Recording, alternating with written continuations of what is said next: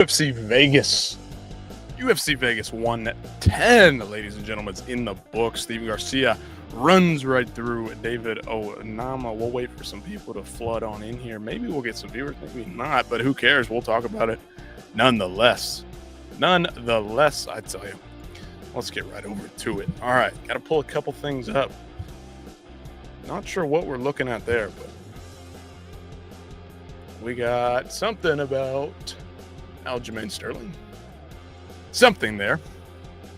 What I need to look at right now are the results. Let's pull them up. UFC.com or Tapology. Maybe we'll go Tapology. Question is, how did everybody enjoy that card? It was pretty good. A couple of submissions. I did halfway fall asleep in between one of the fights. A slow start, of course, a lot of ladies' fights early on. But that's okay. That's okay. Here we go. Steve Garcia gets a big win. Waldo Cortez Acosta, big win himself there after coming back. Of course, some controversy in that one, which we'll get into. Jeremiah Wells picked up a win. Yadier Devalle. Suspicious there. I will just say that. I will leave it there. Charles Radke with a big win. El Nascimento wins another one. Comeback victory. Billy Elicana gets a win. Timmy Kawamba, Dante Johnson, Norma Dumont. Ardeline Coe gets a big win over Phil Rowe. Impressing every time out. And then Alan Carr as well. What else do we have to look for? I need to get something pulled up that I need to listen to just in case. So we have all the information coming at you at once. Get the post show running.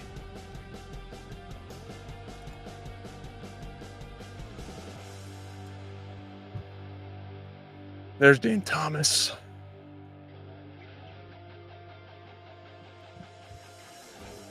Let's see how many finishes we had. Count them up. 1 submission, 2 submissions, 3 submissions, 4 submissions, 5 submissions, 6 submissions, and then 2 TKOs to finish out the night.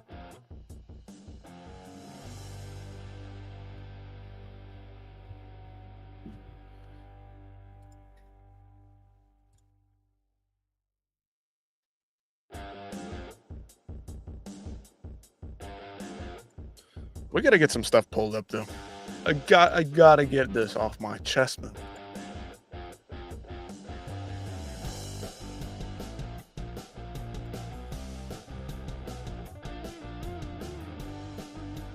And yeah, we gotta just say that right off the top. Steve Garcia steamrolls David Onama, who looked very good himself in his last couple of fights. Very impressive performances, some big finishes, some big wins. And Steve Garcia just goes in there and fucking steamrolls him. All offense. Oh, Isaac Dolgarian is absolutely fucked, I tell you. This guy's done. Career might be over for Isaac Dolgarian. We'll get all this stuff pulled up. But congrats to Steve Garcia. Fantastic stuff there from him. Very impressive.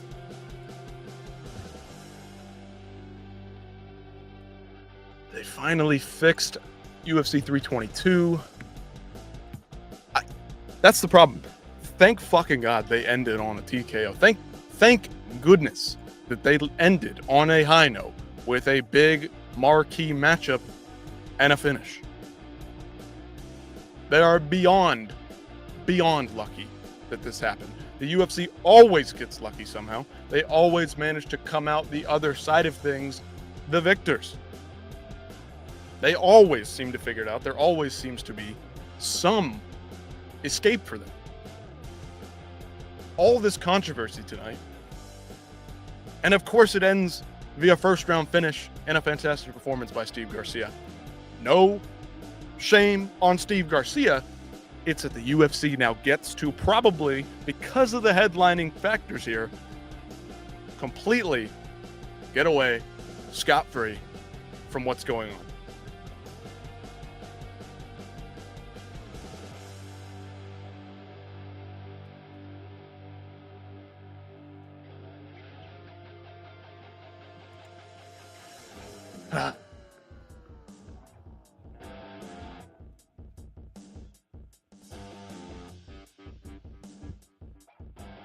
Very frustrating. I mean, what are we watching a sport, or are we watching some kind of just backroom, barroom brawl? Like, are we watching a joke, or are we watching a legitimate sport? Or are we watching slap fighting? I mean, what this is closer to slap fighting than it is a real fight, a sanctioned fight. I mean, what the fuck is this shit? What is this? I ask you.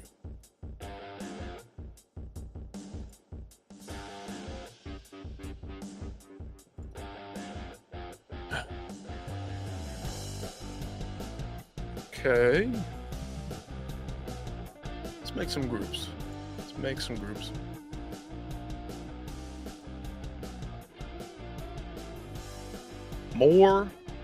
More corruption, in my opinion.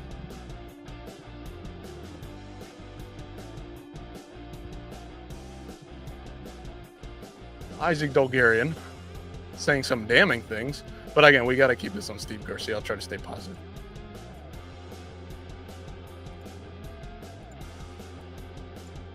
There's that. There's that. Steve Garcia, 19 and 5. Now he's 33 years old. I mean, his guy is on a tear. He is doing what needs to be done at his age. Of course, trains Jackson Wink. 15 wins, 1 loss, 1 submission loss, 4 decisions. Only 7 decisions on this guy's record. Fought in Bellator, fought in LFA, went on the Contender Series, won that one. But look at this streak.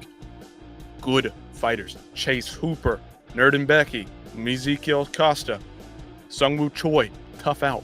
Kyle Nelson, tough out. Kyle Nelson, look what he just did. Capitan Rafucho, yo. What's up, my man? Crazy controversy tonight, but a big win caps off the night by Steve Garcia. Fantastic stuff. Lost to Mahashate. Lost to Luis Pena. Is this Bob Ross? Yeah, he did lose to Bob Ross. Wow. But he's got a win over Chepe Mariscal back in LFA. Look at what Chepe's doing. Running all over the place. Doing great stuff himself. He's got wins over Ronnie Lawrence on the come up. Has a loss. Split decision to Ricky Tercios. This guy's better than I think everybody thinks that he is.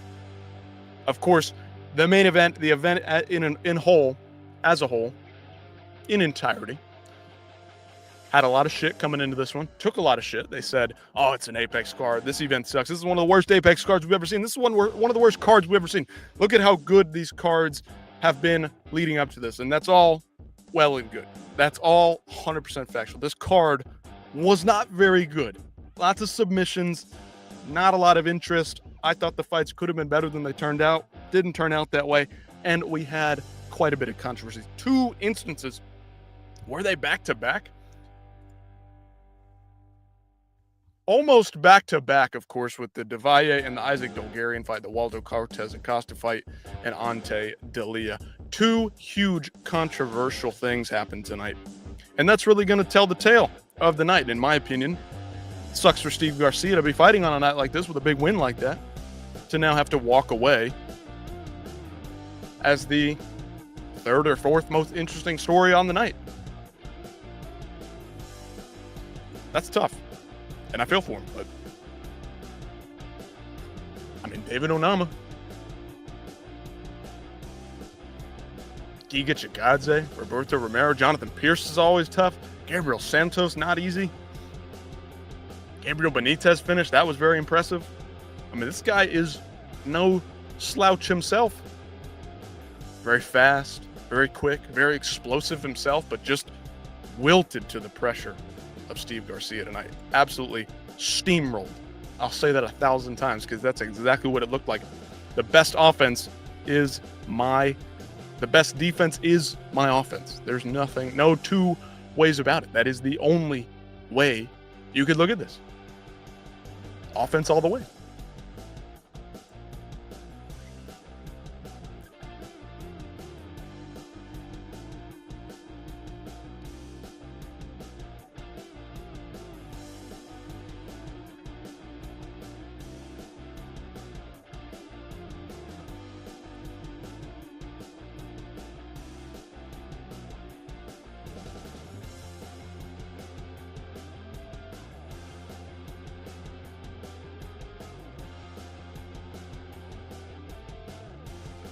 So, Karen Bryant on the post show is explaining this.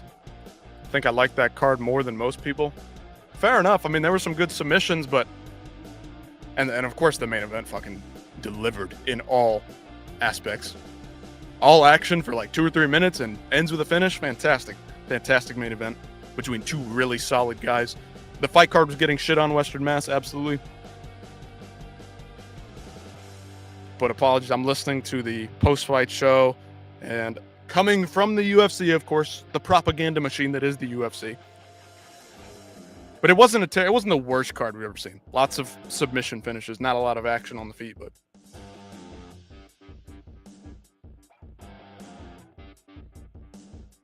well, Western Mass, what do we think about the controversy? Waldo Cortez fight, Ante Dalia, the eye poke, the stoppage, the restart, no point being taken, da-da-da-da-da. What do you think about the Bulgarian thing? If you were following that, let me catch you up to speed in just a moment. I'm just listening to what they're saying, what the excuse was for this absolute fucking blunder.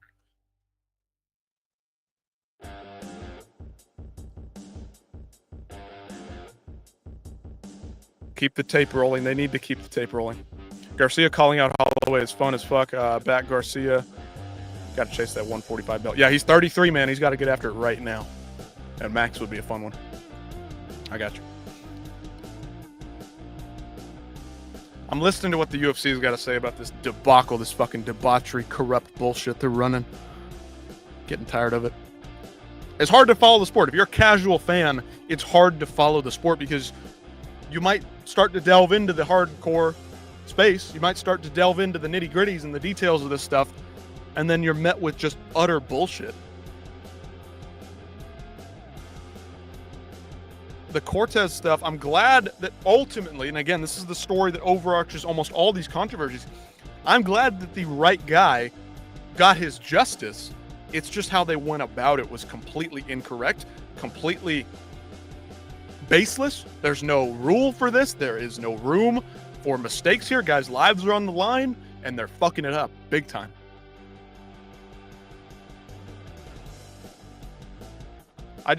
Where is Mark Smith? Where are the commissioners? Where are the judges? Where are these guys? Accountability. This is a real sport. Here's Waldo. Let's see what he has to say. I know you guys can't hear it, but I'm listening to the post show. It's just ridiculous, man. I don't understand. I mean, this shit is so beyond me.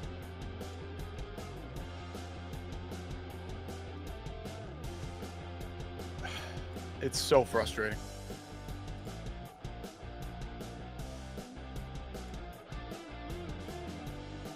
And I guess we'll go from the top down, but this one's fucking crazy.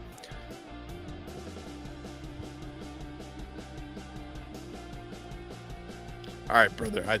I would love to support Waldo in his financial problems, but we need to address what's going on here. And I'll pull it up and we go through it frame by frame.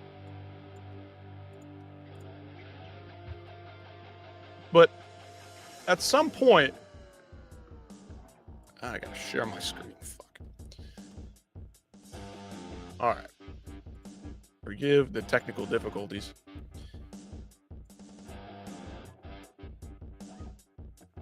What now? I can't do that?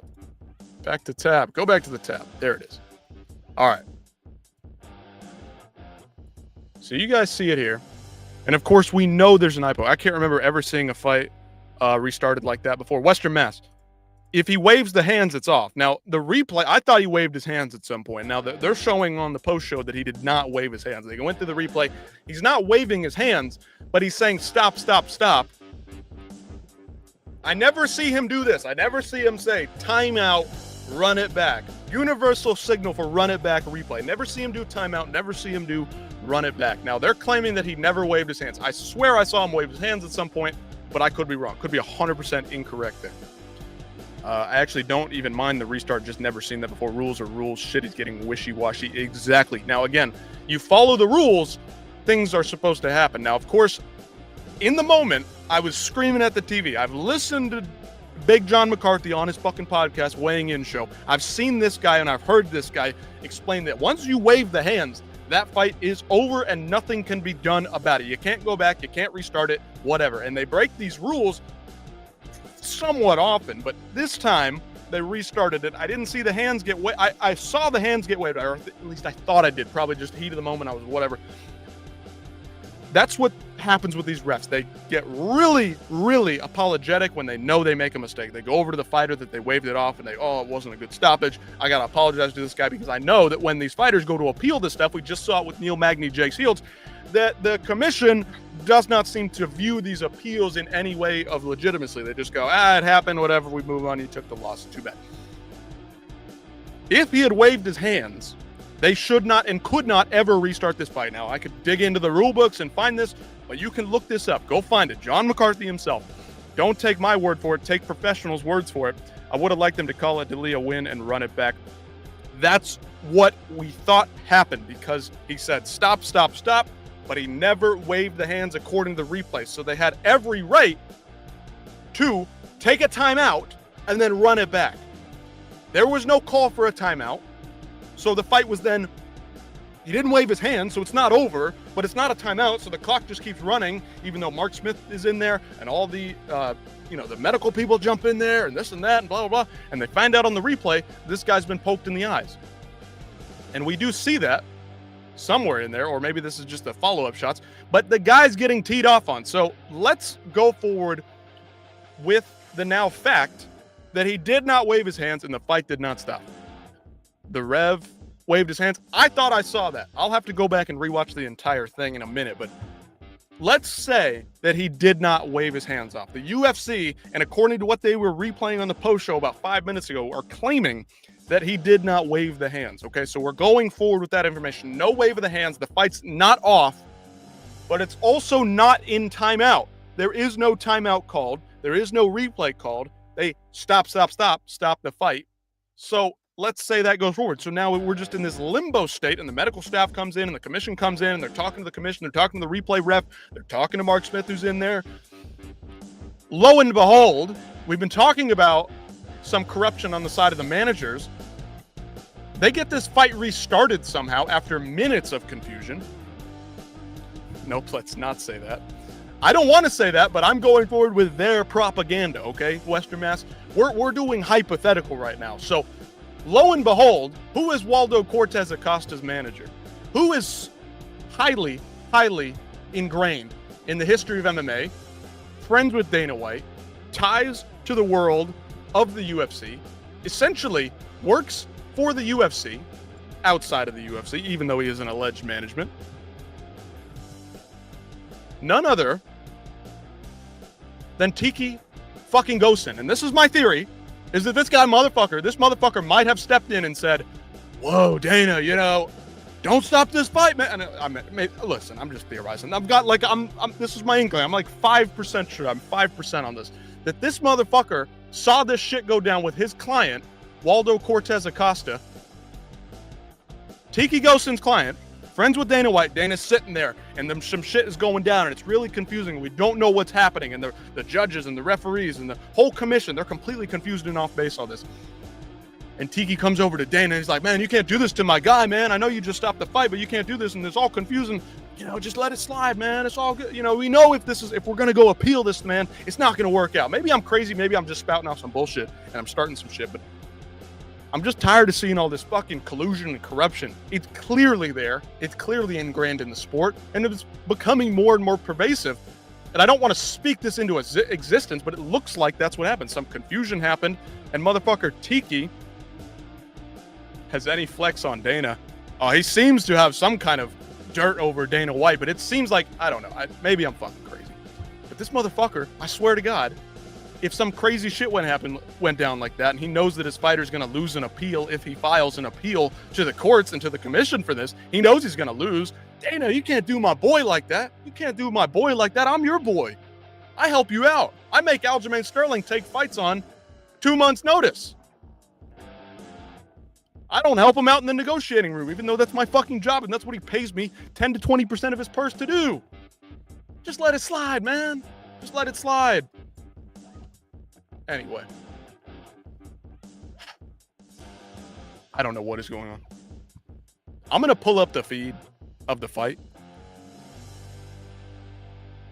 And I'm going to watch it because I, like Western Mass, I could have sworn I saw some hands getting waved at some point. Okay, so I got to back it up. The commission's in there. I mean, the medical staff's in there. Everybody is in the cage, cameras, everything. Who gave them the signal to come in? If not for a hand wave. Everybody that works there should understand that if a fight is stopped, that everybody gets to come in there. If it's a timeout, you call for a timeout. You put the hands on the hands. You put them together. You make the T, the timeout signal. All right, here's the fight starting. I'm getting through it.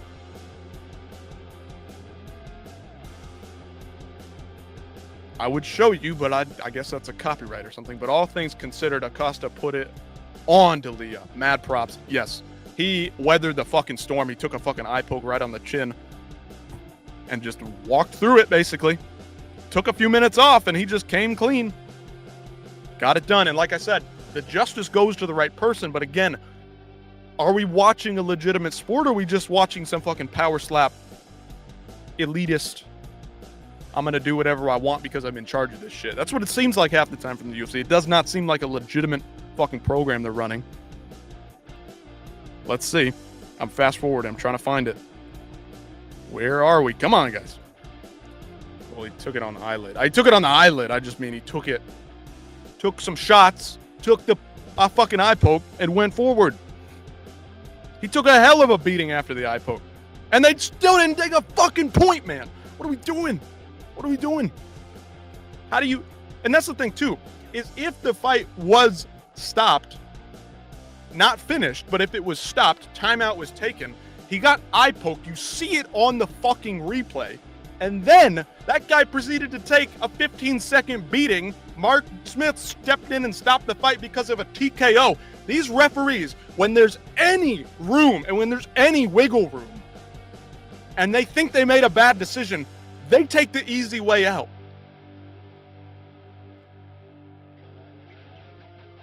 Because I can tell you, having done stuff like that, when that guy's rolling the wheel back, it's a little spinning dial for that fucking replay, he's doing it while D'Elia is teeing off on him. He's doing that while he's teeing off on him. So Mark, if he's got the earpiece in, is getting word mid-flurry from Ante D'Elia that there might have been an eye poke.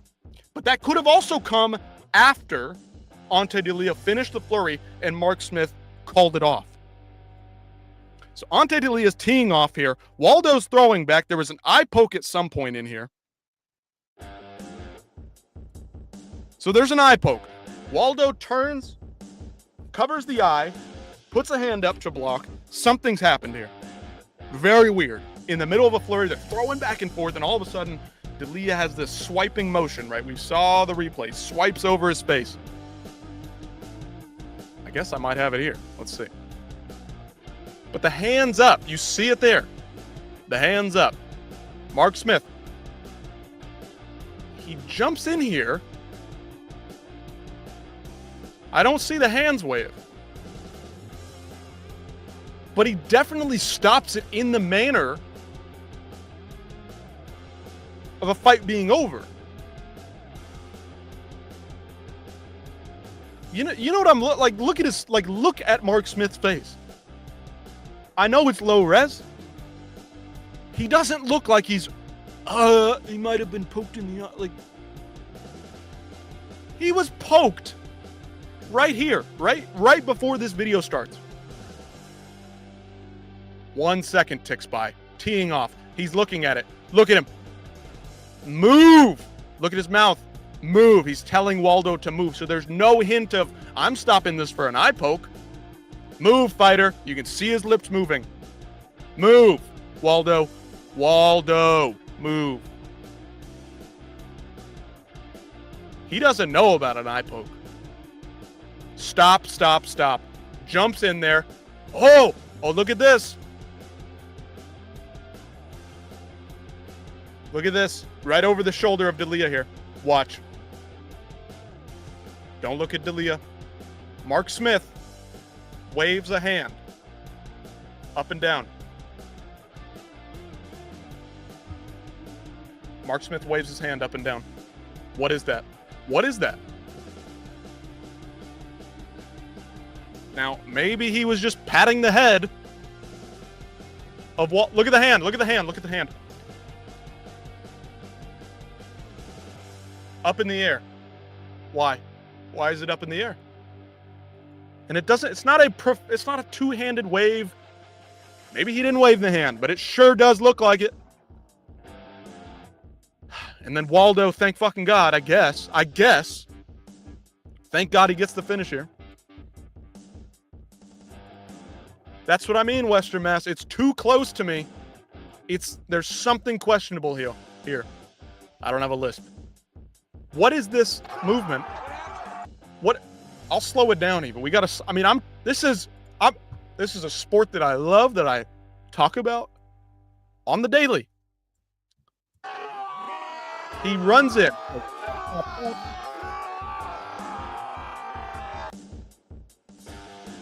Anytime these fucking referees have any room for error, any wiggle room,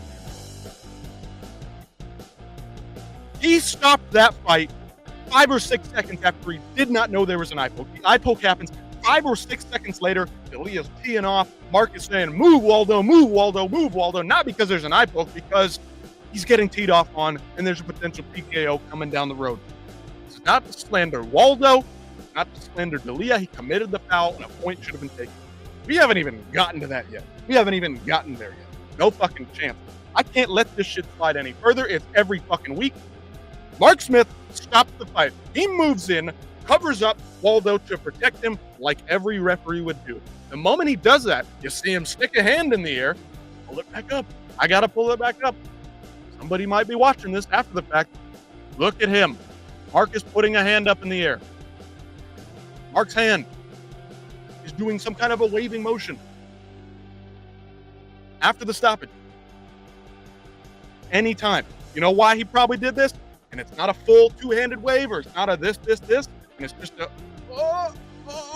He's looking right at Waldo, and he sees, oh, fuck, his eye swelling up. Oh, fuck, his eye's all red. Oh, he can't open his eyes. Put my hand down. Any room for error. Any room for error.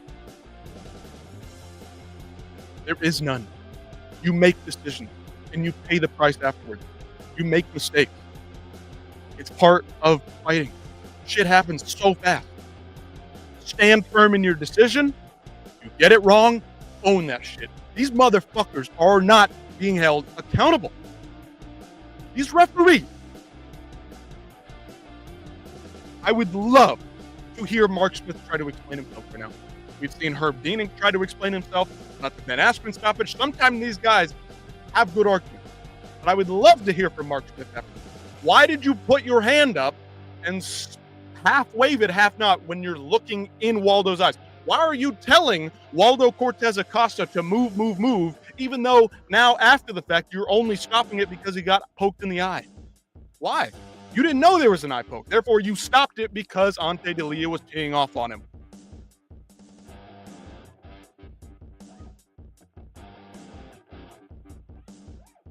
I gotta let this play. Let me play the video. I'm watching the fight, running it back. Mark stops it, steps in, and he puts his hand up. You can watch this. I wish I could just loop it. Weird. Hand up, wave. The commission steps in, the medical professionals step in. Everybody's in there. Mark is patting him on the side of the head. They're checking his eye.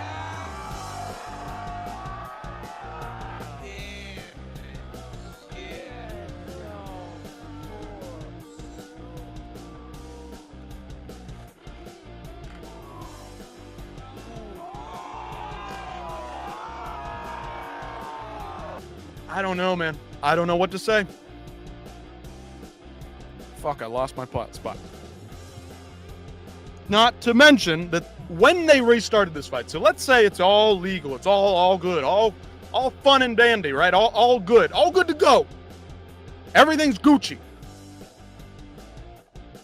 Waldo Cortez Acosta gets poked in the fucking eye. His eyes red, swelling up immediately. He then proceeds to take a beating to the point where Mark Smith stops it because of in a TKO. Stops it that way.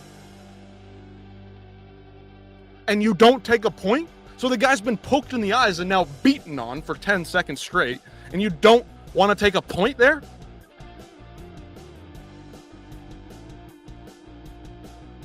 Why is this Mark Ratner guy sitting there? Why is this rules official in this commission? Why are they sitting there? What are we doing? What is the point of all this shit? Why? What's the point of having rules and officials and people there if you're not going to have anybody uphold this shit?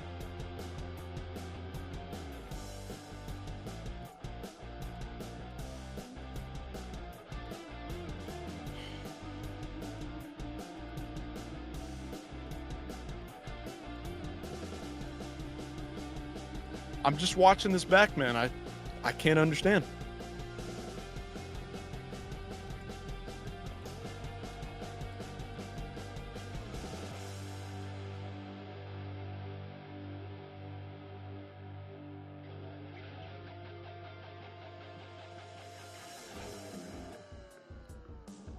Everybody jumps in the octagon immediately.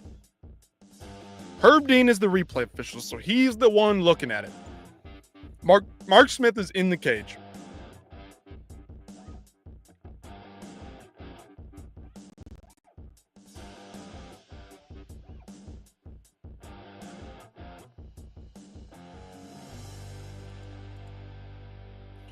Looking for the review. All right, here we go. I mean, we're going on a minute here. Nothing's figured out. Everybody's in the cage. They're just letting shit run wild. There's no laws here. There's nothing involved that would stop anything from happening.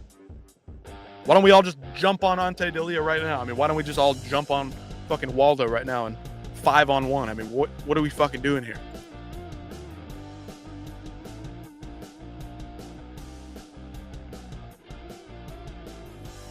Mark Smith, I see punches. They're still... Mark Smith sounds like he called a stop to this fight via TKO. I'm not arguing there was no eye poke. We know there was an eye poke. Clearly there was an eye poke. We saw it on replay. And Mark Smith seems to think that this fight's over via TKO.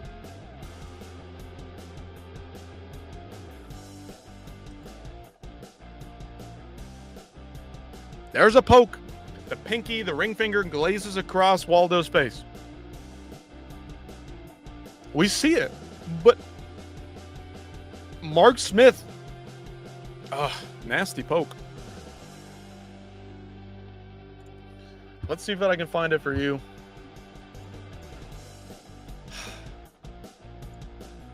I mean, I'm just tired of this. There's no rhyme or reason to anything the UFC does. They're just doing whatever. They're doing whatever the fuck they want to do. There it is for you. And again, I'm just watching the replay, trying to figure this shit out.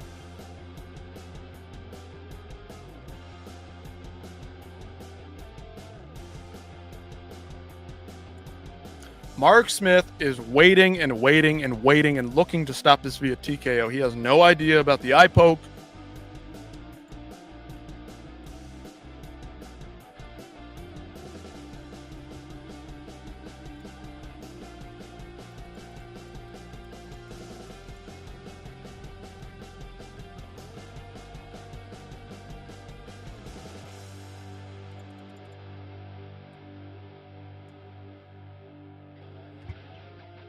This is so fucking annoying.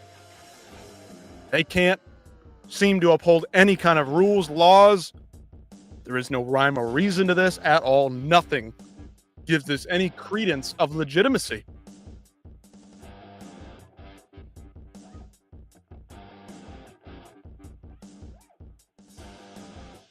Mark Smith thought this thing was over.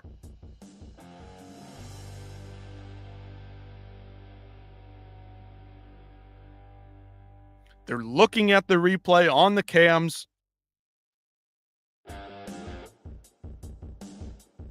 That's the thing. 10 or 5 or 10 seconds goes by after the poke happens. Ante is teeing up against him, up against the cage.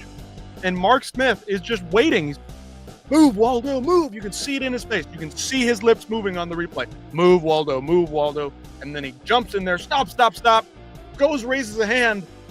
And like at that moment, then the replay official comes in his ear and says, hey, we got to replay this.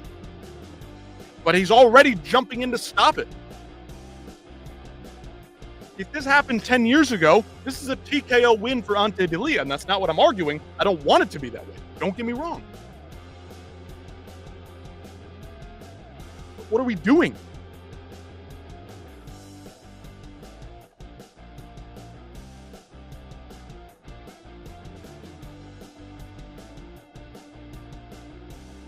The doctors are checking on him now. I mean, every fucking idiot that is sitting cage side. There's 3 referees. Mark Ratner's sitting there. There's fucking review officials sitting there. The fucker that sits at the weigh-ins in Vegas. I mean, everybody is there and their mama, and they can't figure this out.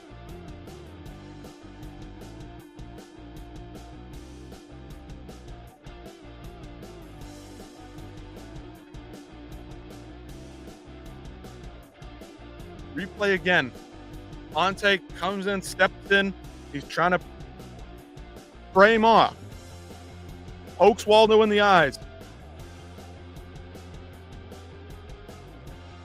Waldo actually bats Ante's hand into his face. It would be a TKO win for Delija if it was September. Shit is changing.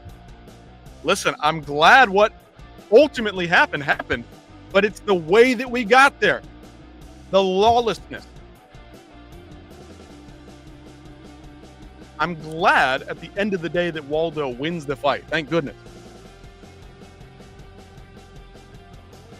But there is no argument. Technically speaking, this fight should not have happened, should not have been restarted.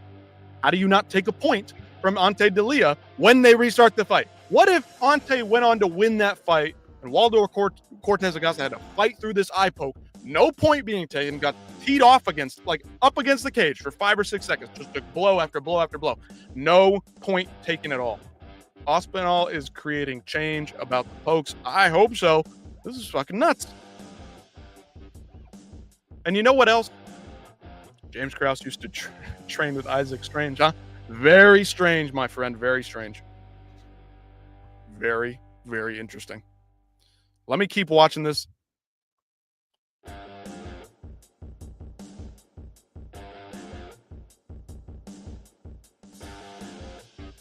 Kyle Nelson, Matt Frivola.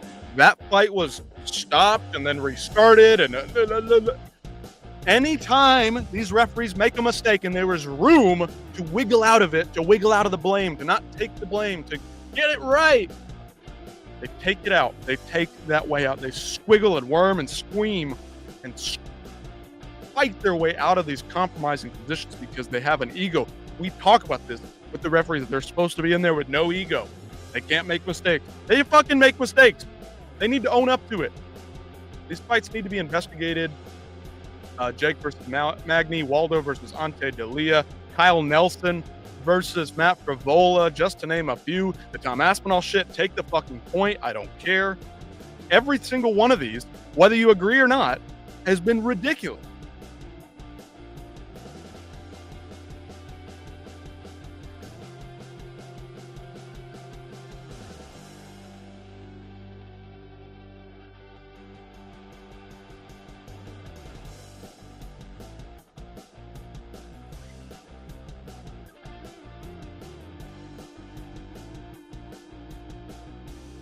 Mark Ratner comes in there, and again, they're going to push their fucking propaganda. They run the entire broadcast. The UFC is in charge of their own broadcast. Squeam is a mashup of squirm and scream. Squeam, squirm, scream. I don't care. Doesn't matter, man. They should have already have changed the gloves by now. I don't know about the gloves, man. I don't know if they really are going to fix it. But I mean, anything to help. Anything to help. Squeam and squirmish and skirmish and whatever.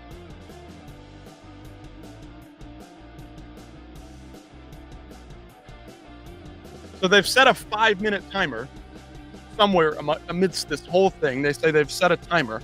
It's been about 2 minutes, 3.5 minutes here. There's no timer up on the screen. They would usually put a timer up on your broadcast to show how long the guy's got left.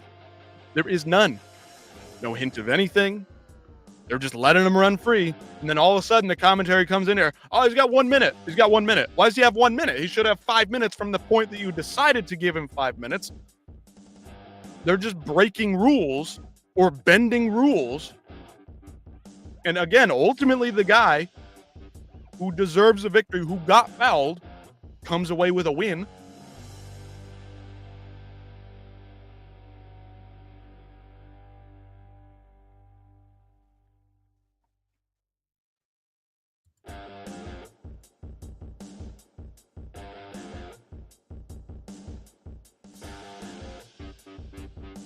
So then Waldo says he's good to go. And you know why he's saying he's good to go? I noticed there was no timer. Because they didn't make up their fucking mind until halfway through this shit. And then they said, well, it's been about 3 minutes, so start the mental timer here. Again, no official, nothing official. There are no fucking rules. There are no fucking laws here. So Waldo, he knows in the back of his mind, like, fuck, I just got TKO'd. I just got TKO'd. He was watching me, telling me to move. I heard him saying, move, move, move. And I didn't move, and I got TKO'd because I got the fucking eye poke happen. Of course, this motherfucker's going to continue. And good for him. Good for him. But he knew what happened. He knew that he was going to get fucked over. He knew this was his chance to continue. His eye was badly damaged. He knew that he had to continue. He was fucked otherwise. They stopped the fight. They stopped the fight. That camera crew that sits there and gets in the cage, they're waiting. They're waiting for that moment, for the call. Let's go. Ante used up all his adrenaline. I mean, that too. I mean, again, thank fucking God. Thank fucking God the right guy came out tonight with a victory. He got fouled. Ante faced no consequences afterward, which gave Waldo the advantage. Yep, absolutely. I think so too. I mean, he was teeing off on him for like 10 seconds after the eye poke. And that's why Mark stopped it. Sorry, I got to keep watching. I can't get over this. Shout out to Steve Garcia. Huge win. But my goodness. And then Brendan and Michael Bisping and the whole commentary. You just never know. You just never know how MMA's going to go, man. No, we fucking do. There's rules in place for a reason. Whether you agree with them or disagree with them, there's a lot of fucking problems with these rules, but there's rules for a reason. To safeguard and protect these fighters, to hold people accountable, to do the right thing. And they don't follow them week after week after week after week. These referees find a little bit of an escape hole. AB, shout out, man. What's going on? Crazy. Crazy. We've been talking about it. I've been talking about it for fucking half an hour right now. And I'm sure anybody else who's in here thinks I'm a fucking crazy person. It's like, it's just open season for these motherfuckers to do whatever they want. And again, Ante D'Elia is a fighter. He made a mistake, poked the eye. Actually, Waldo even batted his hand. Ante had his hand out on the outside of his head out here. Waldo bats it in on the inside. It's kind of crazy. It's kind of ironic that this clown said that he never got eye poked, yet he clearly eye poked Waldo. Now, that's a whole different thing, AB. It's funny. I think it's hilarious and ironic. Gloves aren't the problem. The fighters are. Now, Ante, I've watched a fair share of his fights. I've never seen him poke him in the eye. And AB, go watch the replay if you can. Waldo, funny enough, and again, you're talking about ironic. It is ironic that this guy was literally during the week saying that he doesn't eye poke anybody. But what's actually irony inside of irony, Waldo actually does that kind of batting motion, and he kind of bats Ante's fingers right into the eye. Ante's fingers were coming on the outside. Waldo smacks his hand on the inside to parry the punch away from him, and his fingers then glance across the eyes of Waldo Cortez Acosta. So it's like irony inside of irony. Like the jokes just write themselves here. But I'm just going through this, and it's just a fucking mess. Like thank goodness the right guy got it done. Look at his fingers. Why are they that open? Again, his punch got parried. His punch got smacked aside by Waldo on the replay. So I'm not making excuses for this for D'Elia. Eye poke still happened. He needed to face consequences. But AB, get this. He pokes him in the eye, tees off on him, and then there's no point taken. So he's not only been eye poked, but then he also has to take significant damage, and then they proceed to not take a point from him. My solution is this. First eye poke, take 35% of the first yellow card. I don't think the yellow card takes 35. I think they take 5. And then take a point, then disqualify. AB, is that not fucking insane? That they stop the fight because of basically a TKO? Like Mark stepped in because he thinks it's a TKO. So this guy's now been eye poked and then TKO, teed off on by a heavyweight fighter. They take no point. No point. No point taken. It just continues. Watch how fighters adapt and stop opening their hands like that. Exactly. Jim Miller said at 20. I don't think it's 25. I think 25 might be a red card. I don't know. I think the yellow is just 5%. There's no fucking way they're taking that much money. There's no way. These guys don't make enough to be doing that. 5% though, that'll fucking hurt. Because look at Cyril Gane. Look at Nasruddin Imavov. Those guys train in the same fucking gym, and the two guys in my mind that stand out when it comes to a lot of fouls. And again, DJ had a terrible take. Yeah, his take was fucking retarded. When have you ever seen Demetrius Johnson poke somebody in the eye? Never. I can't remember. Tell me, like, please. You know. It's insane, man. And I feel bad for D'Elia because 10 years ago, this would have been a TKO. They would have helped Waldo out because the loss wasn't legitimate, blah, blah, blah. He would have not really lost that much stake. He wouldn't have gone down in the rankings despite the loss being on his record because they would look back at it and treat him favorably. I mean, they take like 10% every pound missed. That's worse, right? Pounds missed. But I mean, weight, like when somebody's suffering, killing themselves, if you ever cut weight, it's a fucking miserable experience. Maybe you have, maybe you haven't, but like somebody's not suffering and then somebody is. And like, that's before the fight even starts. Watch how Guru backtracks with Tom. LOL, he's such a fanboy. You mean in terms of like D'Elia and the eye poke? I think. Listen, everybody's got their bias. I have my bias, man. I wanted Ante D'Elia to win. Don't get me wrong. Fresh blood. Waldo just took a loss at the top of the division. Get some fresh blood in there that maybe can challenge Tom. Challenge somebody. But I need a little clarification on the comment there, buddy. Let me just keep watching this. I cannot believe it, man.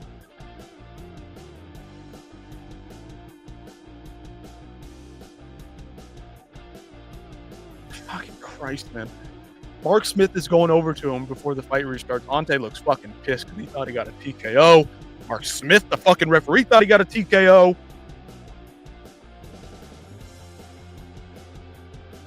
Yeah, he's standing with Tom, which is fair, but he'll backtrack because of this. You mean like...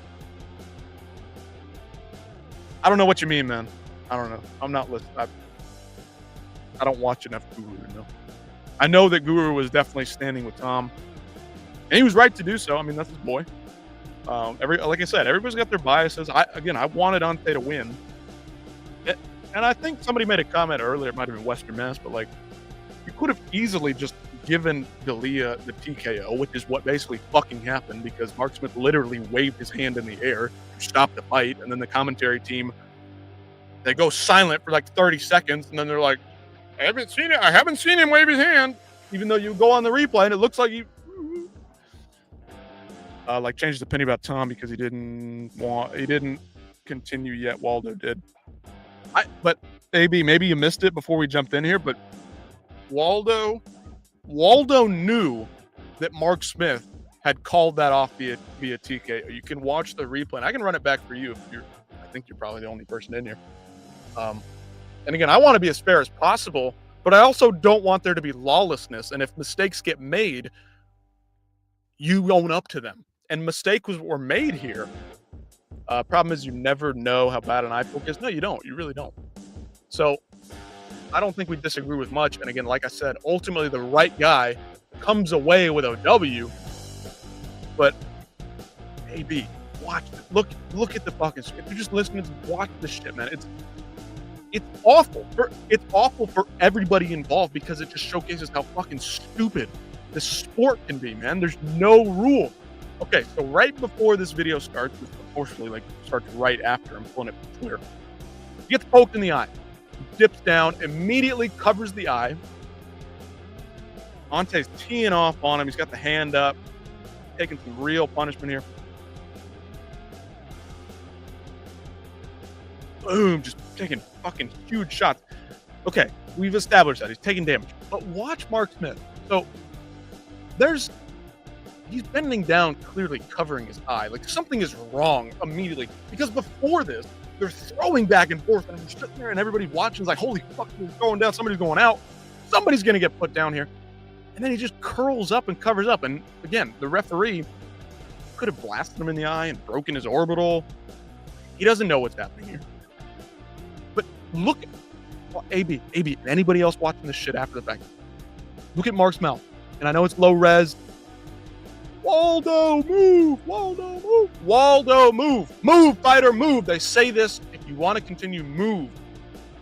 Ante's continuing to tee off on him. Stop! Maybe that hand is either waving it off or waving for a replay. It's really hard to tell. But it's also the thing that I would question is the referee, Mark Smith, move, Waldo, move, Waldo, move, Waldo. He's telling him, he's giving those commands, and then he jumps in there. He's now face to face with Waldo, and he sees now that Waldo's got a red eye, a bloodied eye, a busted up eye, whatever's going on. And he's like, oh shit. And his hand's midair to wave it off. And I'm gonna just bring that down. Even though I just stopped the fight. Even though I just stopped this fight because of a TKO, because I let it happen for seconds and seconds and seconds.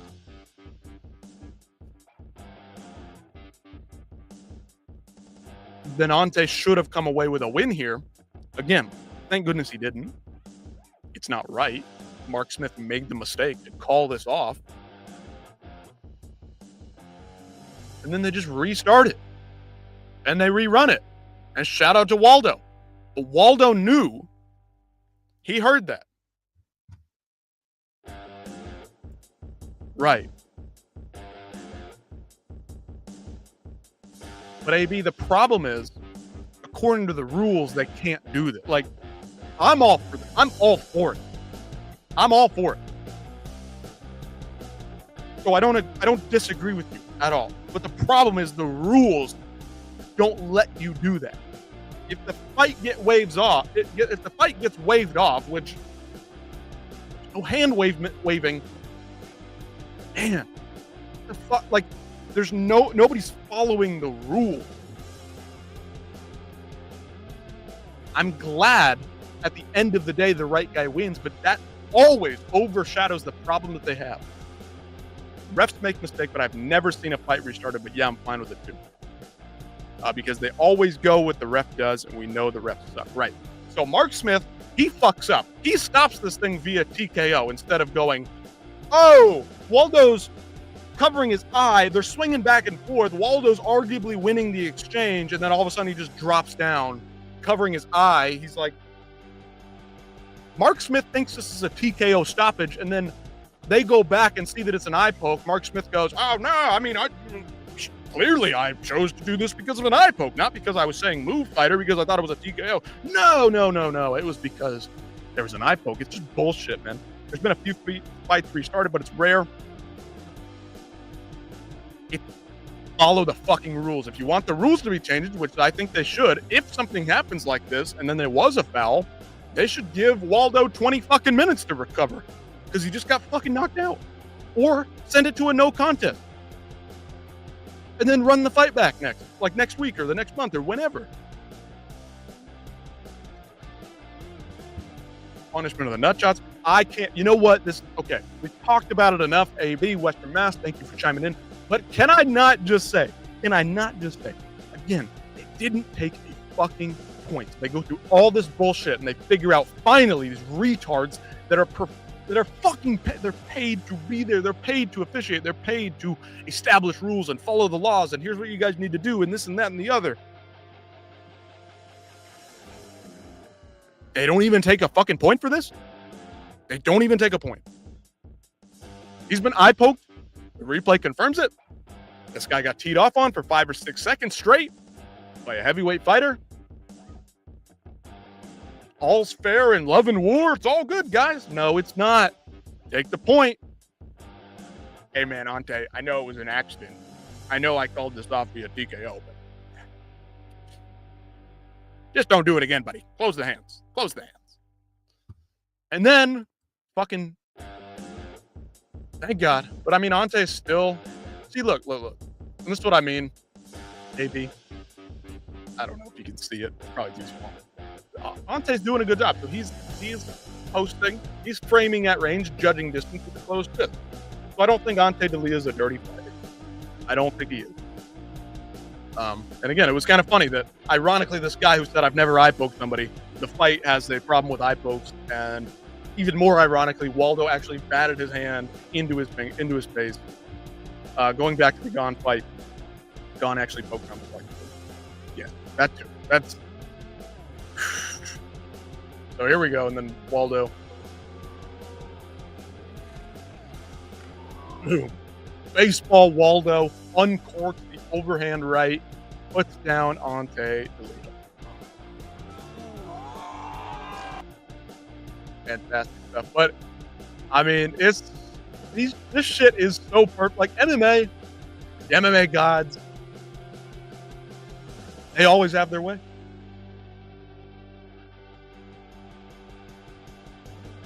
Gon was dirty, for sure. Nasty KO. Shout out to Waldo. But again, AB, Waldo knew that fight got stopped by TKO. He knew that he had, like, he was going to get fucked over unless he continued. This was like his second chance. Like, that was his second chance at life. Like, fuck, I just lost that fight because they called it off and stopped it. And now they're giving me a second chance. Whether I'm compromised or not, I need to fucking go. You know what I'm saying? So it was a little bit different than the Tom Aspinall situation in that way. What's next for Waldo, man? I don't know. Should we look at the rankings? I say we do. I don't even know what you do with him because I saw Ante D'Elia tee off on him, and then I saw Waldo come back and do that shit. Pretty impressive. I applaud Waldo for going out there and doing that. He knew that he was going to get fucked by the commissions if he did not continue. Maybe Pavlovich or Volk. Did he not just lose to Pavlovich? So I don't think they're going to run that one back.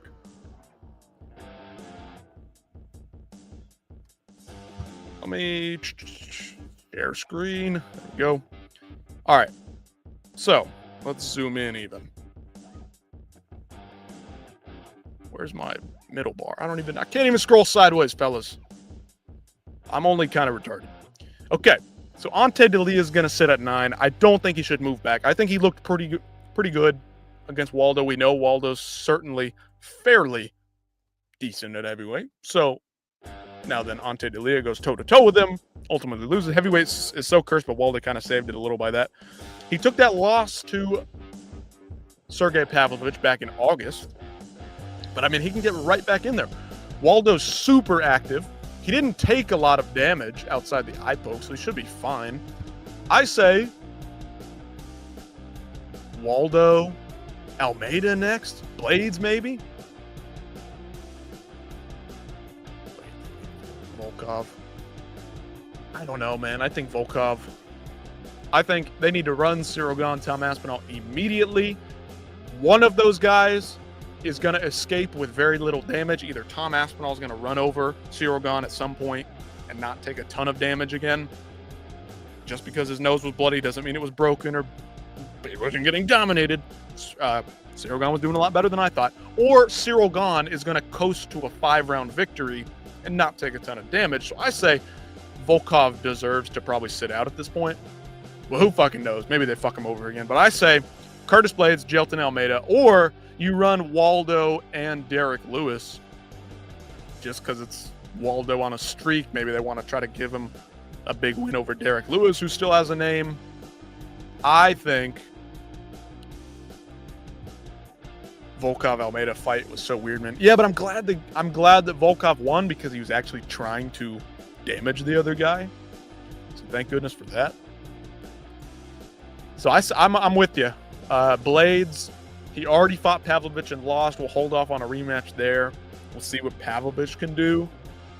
But I bet it's going to be maybe Blades in a rematch with Pavlovich. Because Curtis has fought Pavlovich and Almeida, and those are kind of the two fights sitting right there for him, above him and below him in the rankings. Waldo, I predict Volkov Almeida fight was weird. I already read that. Sorry about that. I think they go for Waldo, Derek Lewis, or Jailton Almeida, but maybe Curtis Blades. I think Curtis Blades probably makes the most sense just in terms of like, we've already seen Jailton and Derek Lewis. Maybe they'll try to build Waldo off of Derek. Or because Curtis Blades is still hanging around, they'll do Waldo, Curtis. Like I said, didn't take a lot of damage. Curtis probably looking to come back soon.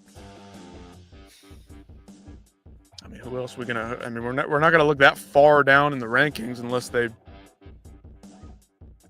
try to coerce Waldo into a fucking Walter Walker matchup.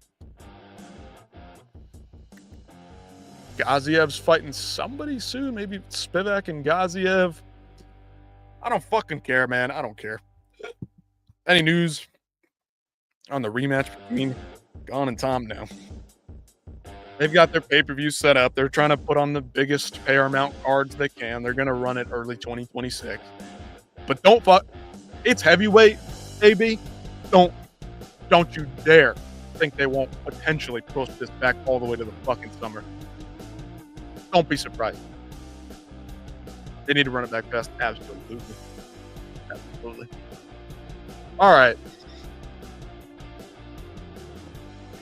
Should we get into this fucking disaster? Isaac Bulgarian or the White House card? I don't think they're going to push it back that far. Let me turn on the post-fight press.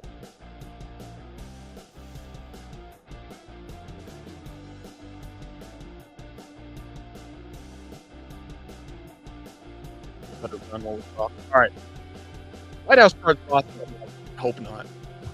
I would rather have John versus Cyril or Tom or whoever wins that. All right. Waldo's up first. Let's put it on ×2 speed. We'll run through this thing. It's UFC broadcast, so I can't. It's going to get copyright if I play it.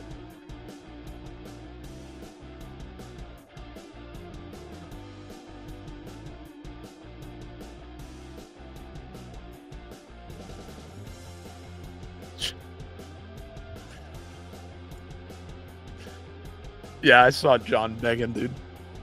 He's got nothing else, dude. He's got to beg. He has to. Fuck that dude, man. Him and tonight, Cedric Dumas, bro. Fuck those guys, man. I get that you want a second chance at life and you've committed all this stuff and maybe you found God or whatever, and I hope so. I hope for their sakes they really have. I don't know, man. It's a weird. I don't know, man. It's like Tank Davis, man. Like, I'm just waiting for Cedric Dumas to commit some kind of other heinous domestic abuse. Court cases and lawyers ain't gonna pay itself. That dude's a fucking idiot. Maybe you're referencing that clip. It's funny that he goes on there and he's like, yeah, man, I got to fight, man. I got $0. I got $13 left in my bank account. Man, legal fees and shit. Maybe don't go beat up your fucking girlfriend or your wife, bro. You're a professional fighter. That's not like me going and slapping somebody, which is inexcusable in and of itself. You're a trained professional fighter, and you're beating up on some women. What the fuck is wrong with you? And John Jones too, bro. Like, same thing. You're a professional fighter. Tank Davis, you can, like, if I slapped some small woman, that would be heinous and awful and egregious. Mind you, these guys are professional trained killers. Tank Davis is a dangerous knockout threat. John Jones, flying knees and spinning elbows and all kinds of shit. Did I see him tapping Dumas? Hell yeah, I did. You're a trained fighter. You know how to hurt people, dismantle people, break bones, kill people potentially, put them to sleep, and you're going out there and you're touching women in that way? You're beating up on women? Fuck you, man. I don't care. Control yourself. Bushido martial arts, I did this, I did that, I'm recovered. Fuck off, man.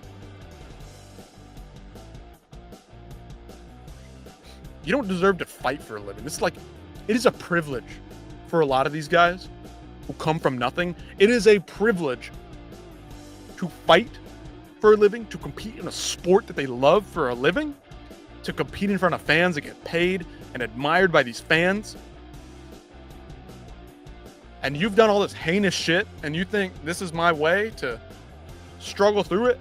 Now you can go back to the regional scene and scrape together $2,000 and $3,000 per fight and go work a 9 to 5. Fuck you. Fuck these guys, man, that do that shit. I hate it. I hate it. You think I don't wish that I could find some avenue to make money outside of my 9 to 5? I wish I could play a fucking sport for a living. I wish I could fight for a living. But I don't have the skills. I don't have the talent. I don't have the ability.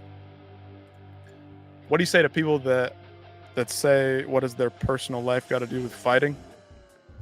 Now, that's a whole different conversation. As a fight fan, I could watch guys and appreciate what they're doing as martial artists, as athletes inside the octagon. But for me to try to give them any kind of sympathy, or like in the case of an Ian Gary who potentially ruined Neil Magny's connection with his kids and all that bullshit where he's calling him out saying he's beating his kids, and sometimes it does seep into that bias, like we talked about with MMA Guru. I have no problem with these people having biases and not holding everybody to the same standard. I don't do it. I'm not going to pretend like I don't have my biases. Fuck Ian Gary for doing that shit. He's a great fighter. John Jones is a great fighter. Cedrico Dumas, I guess he's good enough to be in the UFC. When they get in the cage, though, there's very few guys that I want to see get beat up. Recently, there's been a guy that trained with Bryce Mitchell that had said some weird shit on Instagram. And like, I look at Bryce and I don't want to make excuses for what he said last year, but I think he's retarded, so I don't really have that same level of hatred for him. He's not out there committing crimes, as far as I know. You know what I'm saying? Like, there's so much variety here. But Ian Gary, if he was a sick fucking fighter, I would really love watching him fight. And AB, I don't want to say this because I'm not 100% sure, but I do believe that Charles Johnson in flyweight has said some pretty like racist shit himself. But he's a sick fucking fighter, and he can do what he wants in his free time. But that and everybody can enjoy whoever they want to enjoy, but to expect me to like have an opinion on them as a fighter, I don't. I actually really enjoy Charles Johnson for the way he fights. And I can excuse a lot of that stupid shit that he says when he gets in the cage. Cedric Dumas, some of his crimes, literal crimes, are so bad and so heinous, paired with the fact that I think he fucking sucks. That's why I don't like him. You know what I'm saying? Ian Gary is boring as fuck. And he has said some heinous shit towards Neil Magny, talk massive shit, and he's kind of a piece of shit as a human. And he's a boring fighter, so for me, it kind of melds together. Greg Hardy, same thing. You go from being in the NFL, you commit all these heinous acts, and then you jump in the cage, and you're fucking awful, and you're a terrible fighter. Did he have some fun scraps? Yeah, the Tai Tuivasa fight was pretty damn good. But it was like, this is my second chance at life. Again, you're an athlete who's gotten paid millions. They should do Gary versus Leon. That'll put me to sleep. Same thing with Leon, man. Leon Edwards, I don't like him. I don't like him as a fighter on a whole, but it's like that. I can appreciate the moment in which he knocked out Kamaru Usman. That will forever and ever stand in my mind as one of the greatest moments ever watching fights. I'm sitting there with my brothers, and we're going fucking nuts. We're half asleep. The fight, Kamaru's dominating, and Leon pulls that shit off. I will forever appreciate him for that moment, but that does not make me overlook how boring of a fighter he has been up to that point, after that point. I don't like Leon Edwards, but I do acknowledge what he did. Head kick is something that I'll never forget. Man, he's such a point fighter. Same thing with Ian Gary. He's got a couple knockouts, but it's the boring style mixed with the shit that he says. That's what makes me really dislike him. Charles Johnson. Again, I hope I'm correct on this because I don't want to slander him. Nobody's fucking watching this anyway, but shout out Charles Johnson. That's a sick fucking fighter. He said some weird shit on Twitter. I'm pretty sure he said some racist shit. I don't like that. I don't like that. I don't think anybody should be saying anything like that. No matter what you are. No matter what you look like. 2025, we've moved past a lot of this stuff. Let's go. Let's move along. Everybody get together. Get along. If he wants to think that way, that's fine. He's a sick fighter, and I enjoy him when he steps in the cage. Aside from all that shit. John Jones has done absolutely heinous shit and gotten away with it for years. That wasn't I said something on Twitter. I don't fucking care. I don't care about your politics. I don't care what you say on Twitter. Bryce Mitchell, I don't care what you say on a podcast. I think you're retarded. If people want to hate on you for that, you're a public figure. That's their right. But I can also get over what I want to get over. Don't put me in a fucking box because I look like this and I talk like this. Don't put me in a fucking box. I don't like boring fighters, but I do really appreciate what Bilal Muhammad did for the last couple years. He tried to make himself an exciting fighter because he saw that just wrestling isn't going to get me anywhere. And he started putting his hands together and knocked out Sean Brady, and then he had a pretty fun fight with Jack Della Maddalena. Shout out to that guy. That guy gets a lot of hate for being boring. And I'm one of these guys that I don't like boring fighters, but I appreciate the hard work and the effort that Bilal put in. You know what I'm saying? Bryce Mitchell and Sean Strickland are in there. I mean, again, I think some of the shit that Sean Strickland says is funny. He's a character. He's a public figure. I think he's boring as shit. That largely, the way that these guys fight largely outweighs what I see and think of them from an outside the cage perspective. Steve Garcia could be some fucking retard and blah, blah, blah, blah, blah. He doesn't seem like it. And he's a sick fucking fighter, and I enjoy it. Sean Strickland, how many good fights has he had? I mean, I don't really like Sean Strickland that much, but man, was I fucking pumped to see him upset Izzy. That was fucking crazy. I wasn't some crazy Izzy hater, Israel Adesanya. I didn't hate him. But to be that big of an underdog and overcome the odds, I don't really, at that point, I didn't care what he was saying outside the cage. I didn't think, oh, this is whatever. Some of these fighters are former criminals, drug addicts. They come from everywhere. This is the fight game. These people rise up from nowhere, from crazy places. I don't really care what you did or what you have done, as long as you put on some sick fucking fights. That's your prerogative. I have nothing to do with that. There's plenty of athletes in the NFL that are getting paid $30, $40, $50 million, don't deserve that shit, that are pieces of shit. These guys aren't getting paid enough for me to really care all that much about what they're doing outside the cage, even if it's heinous shit. At the end of the day, they're going to make their money doing what they're doing. And like in the case of John Jones and Cedric Dumas, who are beating up women and stuff like that. Fuck them, dude. There's nuance to everything. There's nuance to every opinion I have. This isn't blatant one way or the other. There's no black and white. Except when it comes to fucking eye pokes and nut shots. Take a fucking point. That's the only thing I'll say on that.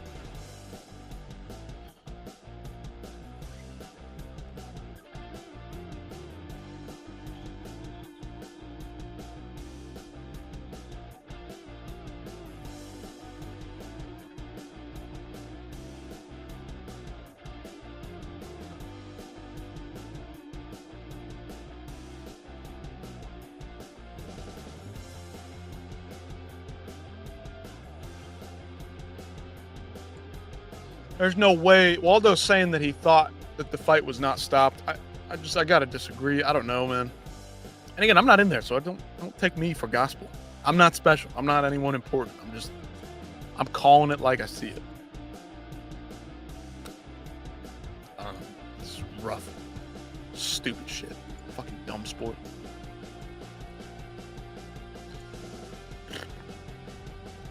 Dumb sport, man. Should we even venture into the Isaac Dolgarian situation?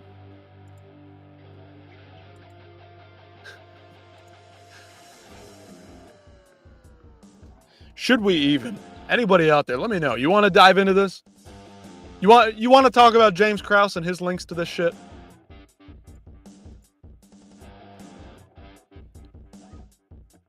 Anybody out there, let me know. Would you rather get punched in the face and knocked out, or go to sleep on the ground? Which one hurts more?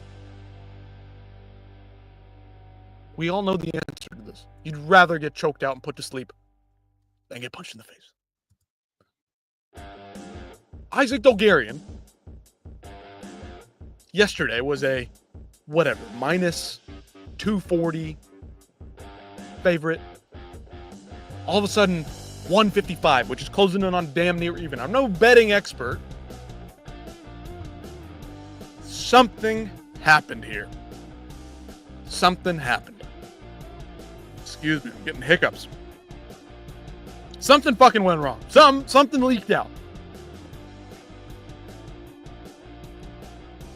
Plus 850 underdog, Devalle, went to plus 500 in round one. This isn't the fight as a whole. This is round number one.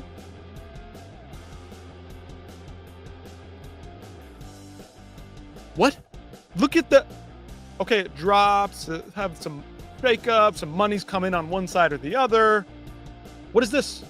What is this massive drop-off? What is that? That doesn't just happen. Something came out. Something got leaked. And of course, the sleuths of Twitter, shout out to everybody on Twitter, is doing a good job and doing their, I don't know what you'd call it, vigilante reporting. Get a load of this motherfucker, Isaac Dolgarian. And listen, I was high on this guy. Came in there, I thought he beat Christian Rodriguez, that's a motherfucker. That's a good fighter. Yadier Devalle, the striker, we don't really know how good he is yet. Not really much of a grappler. Blah, blah, blah, blah, blah. Isaac Dolgarian shoots a takedown immediately, has his hands together, behind the guy's butt, needs to just scoop him up and dump him on his back. Takedown, easy. Pushes him up against the cage. He essentially lets Yadier, and again, he fought Christian Rodriguez, who I think is pretty fucking good. Maybe Yadier Devalle is some killer, and this was all just conspiracy, but he gave that up pretty fucking easy. Didn't even put up a fight in any way, shape, or form. After the fight, he's got his hands on his lower back. He's pressing his lower back. Very suspicious. Very suspicious. And you listen to this. Get a load of this guy. Hey, I said, don't bet on me unless you're paying me some percentage. I'm doing all the work. That's how I feel about it. You know what I mean? Like, I work my ass off every day. You know, I'm trying to... Don't pay me unless I'm getting a cut of it. Don't bet on me unless I'm getting a cut of it. Are you fucking retarded, bro? Are you stupid? And again, this is coming from a person who was riding high on Isaac Dolgarian. I thought this guy was pretty damn good. Fun fighter to watch. Good grappler. This guy's stupid. Listen to that again. Feel about it. You know what I mean? Like, I work my ass off every day. You know, I'm trying to support a family with this. And I think they should put some type of clause, like 3 or 5% of what you make goes to the fighter. You know, so that's on betting. All right, this motherfucker says if you bet on a fighter and they win or they lose or what, wherever the money's going, 5, 3, or 4% needs to go to the fighter himself, the athlete himself. Okay, buddy. Well, that's how I think they should do it, because we're the ones putting our lives on the line. We're the ones, sacrificing everything, training all day long. And fair play to them. Fair play to them. They don't make a lot of money. They don't make enough money, in my opinion. But to get a cut of the bets placed on you, losing a social life, all that type of stuff. So, yeah, if you're betting on me, I want some of it. If you betting on me, I want some of it. Yikes, bro. Yikes, bro. Explain to me what this is then. What happened here, Isaac? What happened here? And you might see this comment over here. You might be able to see it. Or this is too low res and it's bullshit. Krause is behind this. I just can't prove it. Oh, we have connections that go deeper, ladies and gentlemen. Ladies and gentlemen.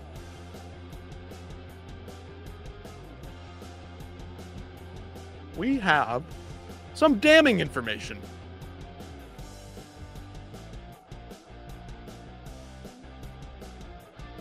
There's already articles being written.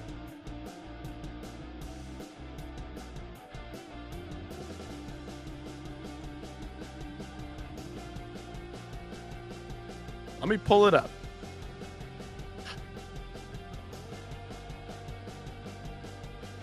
So, an article from 2022. All fighters trained by Coach James Krause prohibited from competing in UFC events. This was before Isaac Dolgarian was under contract with the UFC. We can read through the entire thing, but before we do, if anybody wants to jump out of here, you got to see this. Several other Glory-affiliated athletes, including Jeff Molina, David Onama, who was in the main event tonight. Shout out to the main event, and Steve Garcia for pulling off an amazing victory and great win there. Isaac Dolgarian and champ Brandon Moreno have fights booked in the coming months, and it is not clear how they will play out.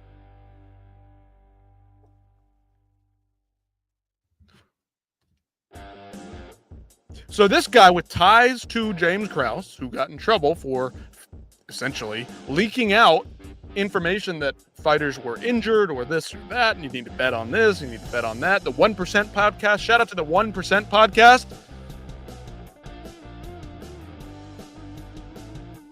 Isaac Dolgarian tied to that. This guy gets choked out, puts up no fight, and then proceeds to say what? Proceeds to say what exactly? Losing a social life, all that type of stuff. So, yeah, if you're betting on me, I want some of it. Yeah, all that type of stuff. So. Oh, back that up one more time. Let's hear that one more time, Isaac. So, yeah, if you're betting on me, I want some of it.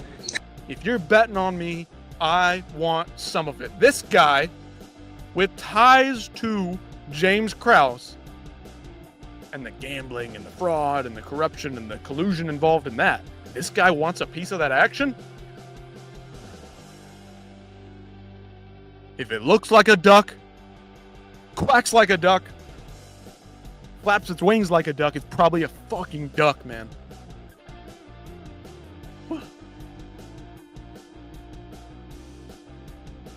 What are we doing? What is this? What is this sport, man? Investigate this shit right now.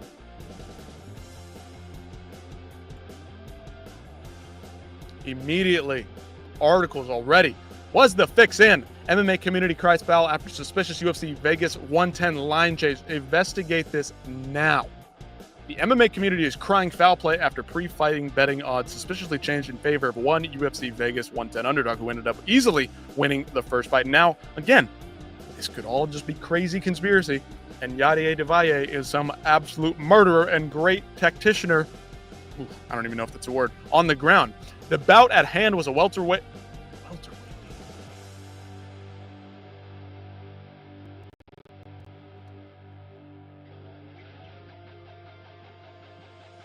Wait a minute. Welterweight. What the fuck? Okay.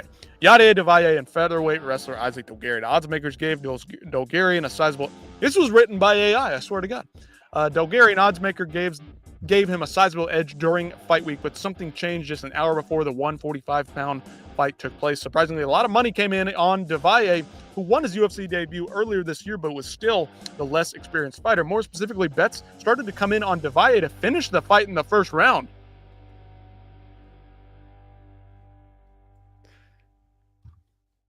Keep in mind, Dolgarian has never been finished in his entire MMA career. Entering tonight, the late action on Devalle even forced DraftKings Sportsbook to lock the fight from additional bets. Well, Devalle went out and turned in a first-round submission, forcing Dolgarian to tap to a rear naked choke. It should be noted that Dolgarian, who used to train under controversial James Krause, that's right, initially fought the choke off and continued to defend as long as he could. Yeah, of course he did. You got to cover the shit up. How do you do that? You try to go out on your shield. Before and after the fight, members of the media took to social media to express their concerns for the suspect line change. Check out some of the reaction below and let us know your thoughts. Isaac Dolgarian odds have dropped precipitously in the last 2 hours. He was around on minus 250 for a while and is now a minus 166 all of a sudden. Potential injury news leaking or a certain large bettors from behind doors. Oop, I can't even read anymore. UFC X. Put your tinfoil hats on. Something very suspicious going in the Isaac Dolgarian versus Yadier Devalle betting market. Devalle opened up as a plus 180 underdog on DraftKings and was moved to a plus 220 earlier today, even though he was taking 82% of the handle.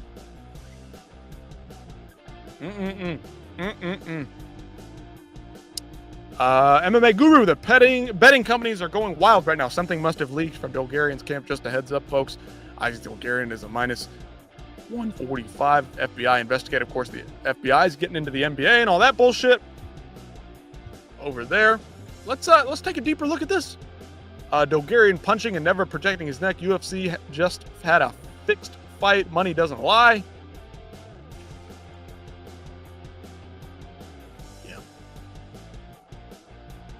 Some of the craziest line movement I've ever seen from an MMA fight. Dolgarian was a minus 230 favorite to start the day. He closed as an underdog and got absolutely destroyed.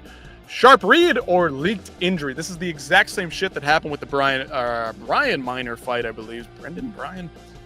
Just a couple of years ago, James Krause was in the corner. Of course, they leaked information out there to put money on the other guy winning by first round TKO.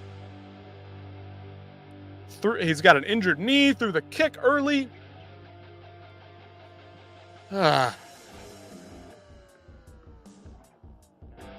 There's that video we saw.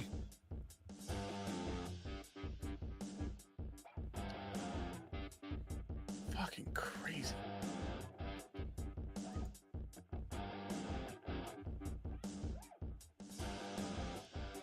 I don't know what to think, man. I don't know what to think.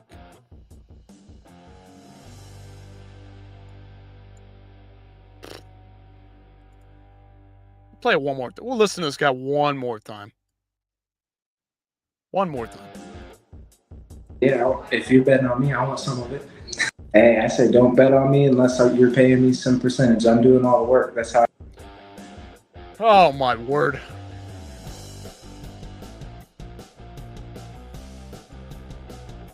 No KOs today.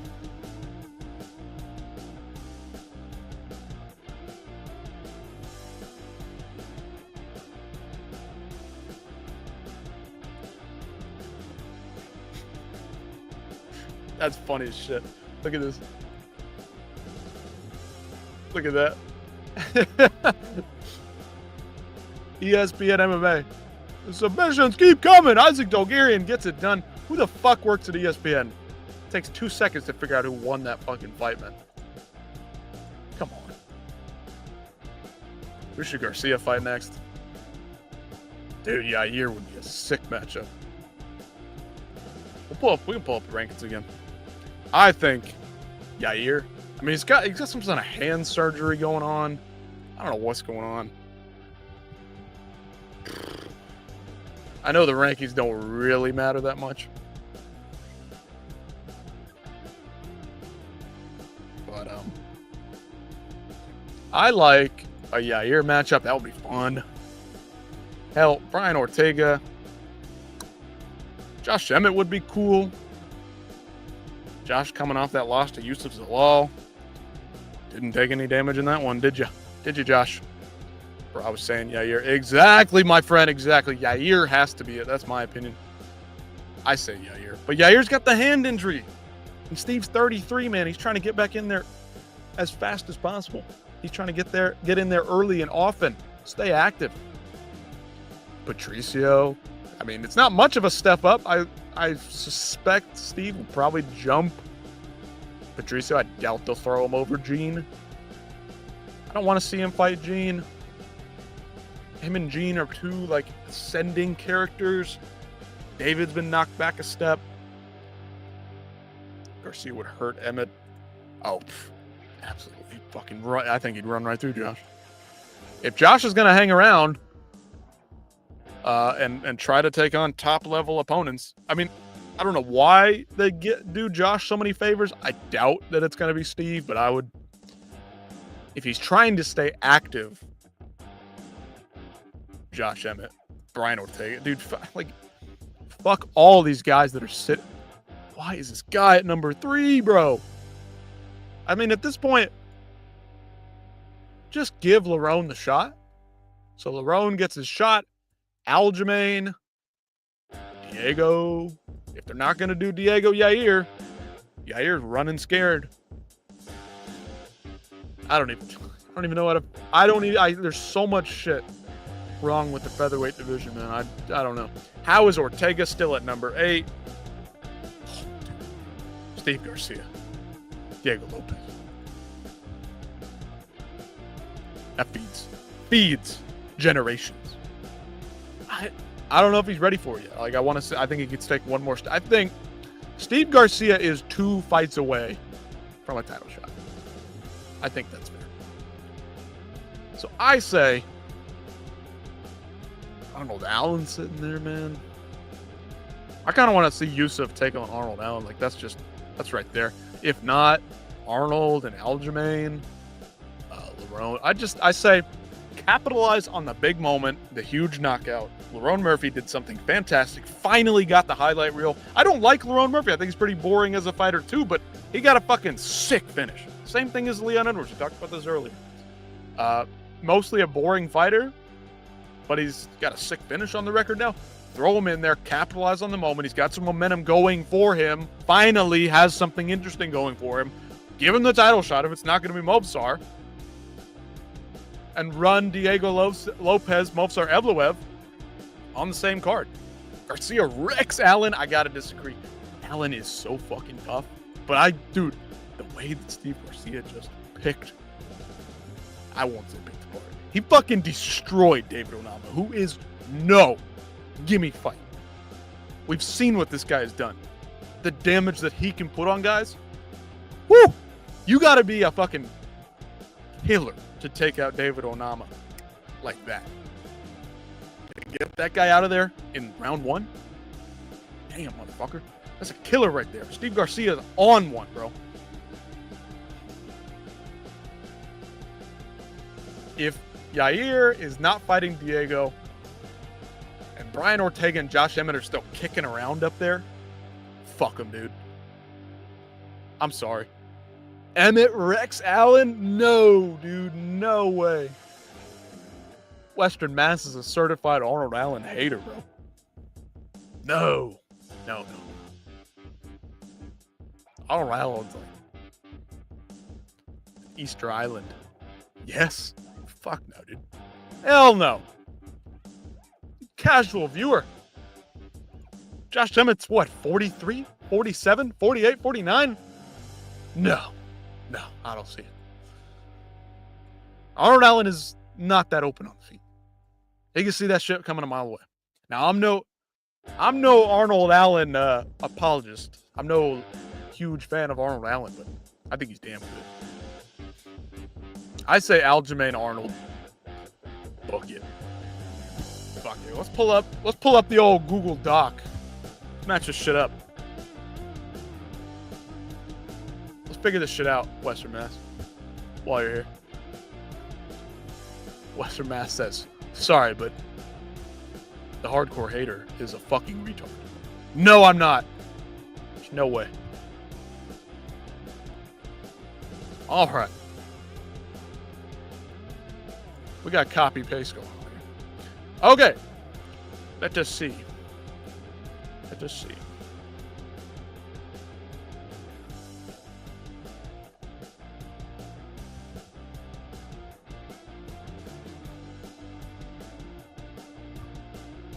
All right.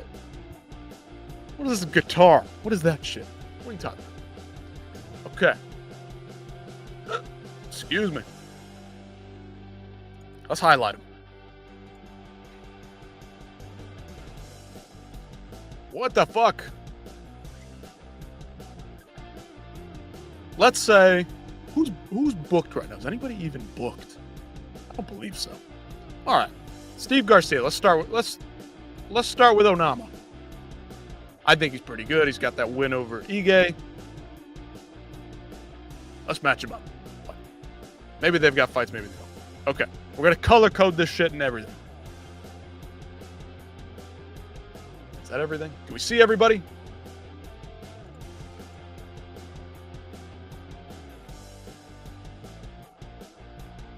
Is that everybody? Yeah, that's everybody. Okay, who's number 15? Giga. He gets nothing. Fuck Giga. Or Allen versus Onama. Nah, dude, Arnold. I don't think so. Let's avoid him for a second.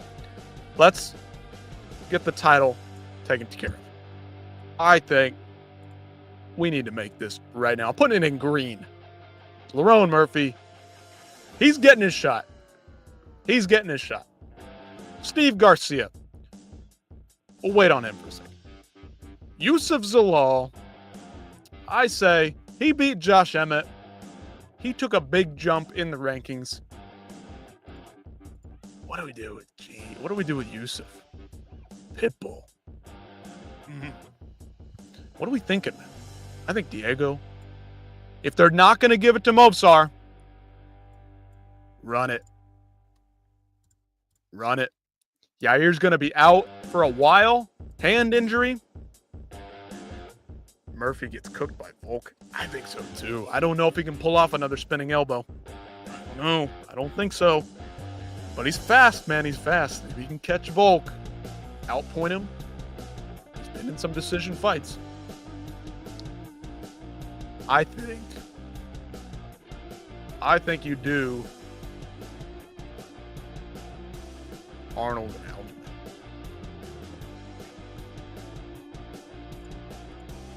I like that. You probably can't even fucking read that. That looks like shit. Let's do a lighter pink.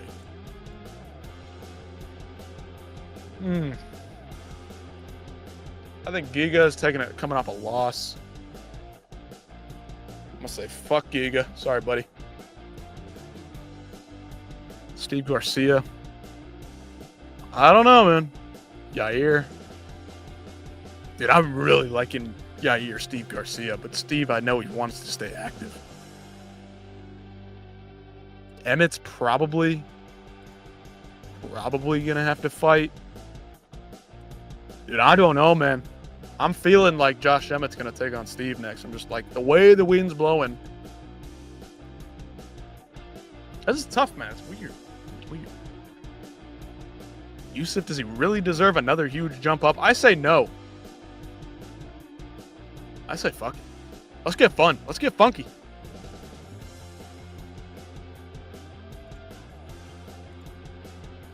Yusuf Zalal, Brian Ortega. Fuck it, dude.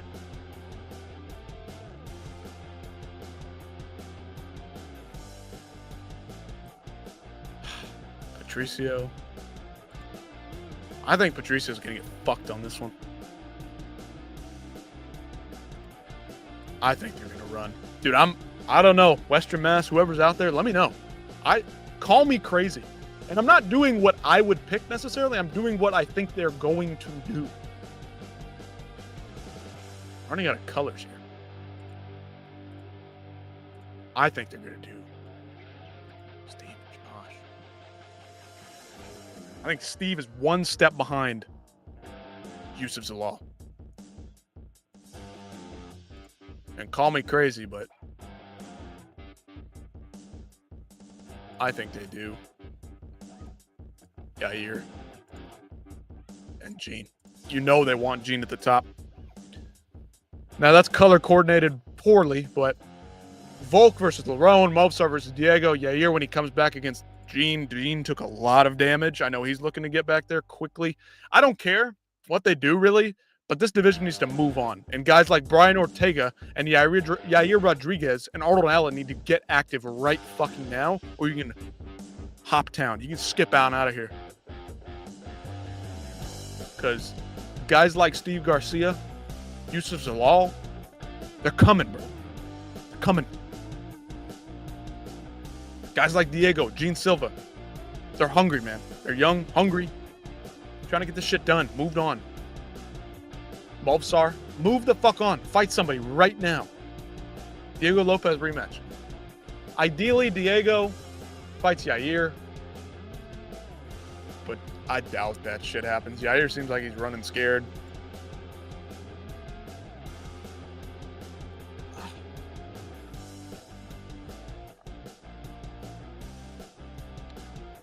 On a more positive note, though, they fixed it. No longer is Bo Nickel on the card. We, the fans, got that motherfucker out of there.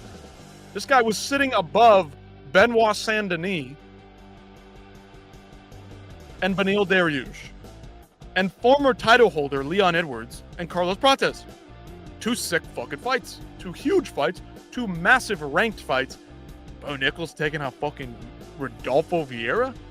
Hell no. Get that shit off the fucking main card. No. They moved it, and thank goodness they did.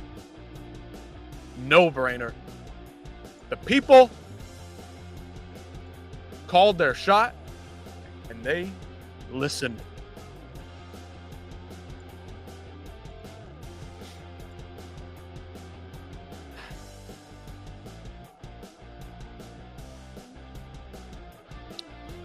What else is going on?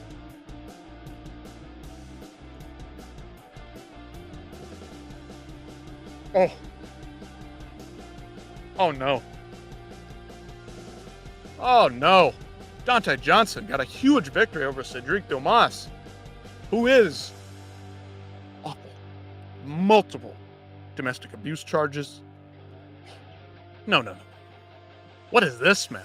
What the fuck is this? Listen, I can have a conversation with these guys in person. I can enjoy them as fighters. These guys are dumb, bro. These guys are dumb. What is he saying? What are you doing? There's been a lot of controversy surrounding him. He's been in trouble with the law. Have you been paying attention to any of that stuff? He's had some domestic violence stuff. Was that any extra motivation heading into this fight? Absolutely not, because who are we to throw stones from a glass house? We're all sinners. Ain't nobody perfect. We all fall short of God's excellence. And guess in concept, Dumas is shit. I mean, he's a shit fighter and a shit person. That's why I don't like him. Again, people do crazy shit outside the octagon. If they're a sick fighter, what am I going to do about it? Nothing. I can't do anything. This guy sucks as a fighter and he sucks as a human being. I get what Dante Johnson is saying as a Christian man. It makes sense what he's saying. I got no problem with it on the outside, but like, and again, he probably had no motivation going into this. There's not like most fighters are not going in there like, I'm gonna fuck up that guy for what he said, man. They don't give a shit about that. They're in there worried about their own thing. So of course he's not worried about that shit. No, not at all.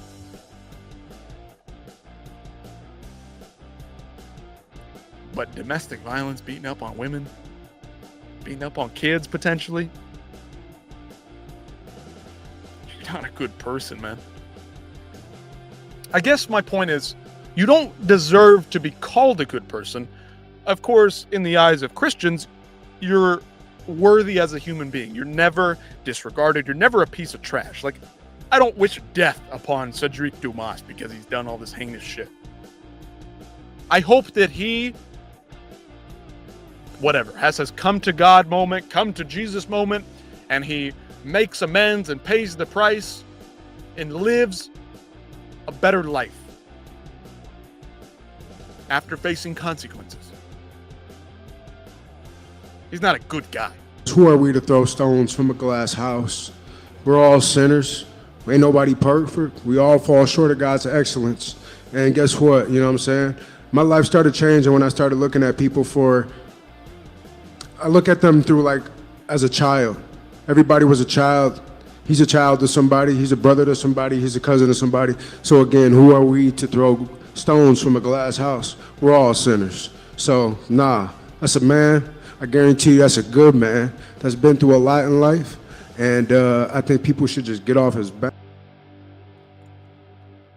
Get off his back, bro. He did some heinous shit. And now, again, hopefully this guy's recovered. Hopefully this guy's made amends. He's paid the price. He's done some damage. That's going to stick with you forever. You don't get to then... I never did the John Jones shit. These people just get away with this shit, man. No, absolutely not. Absolutely not. Now, I'm not going to go out there once this guy is out of the UFC. I'm never going to talk about him again because I don't care. People should get off his back for domestic violence. They have every right to do that. He's a public figure, man. If I did some heinous shit, you can talk shit all you want. Even though I'm becoming a better person, even though I might be trying to make amends and try to do the right thing and live a better life, that doesn't mean that people should get off my back because I did something bad or Cedric Dumas did something bad. That's the price you pay. That's part of the price you pay in committing heinous acts. People don't have to forget that. It's not how this works, bro. It's not how life works. I hope that he is making the corrections necessary to be a better person. No doubt. I hope that he is. I truly do. I hope that Cedric Dumas lives a long, good life and does some good things for some good people in response, in reconciliation for the heinous shit that he did. But no, I'm not going to get off his back until he's out of the UFC, and I'm not thinking about him. He's a public figure. And people don't forget, man. People don't forget, man. That's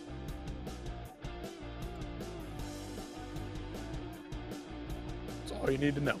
All you need to see. You guys let me know how you thought the card went. We've been talking a lot about the bad shit that happened on this card. A lot of the suspicious activity going down.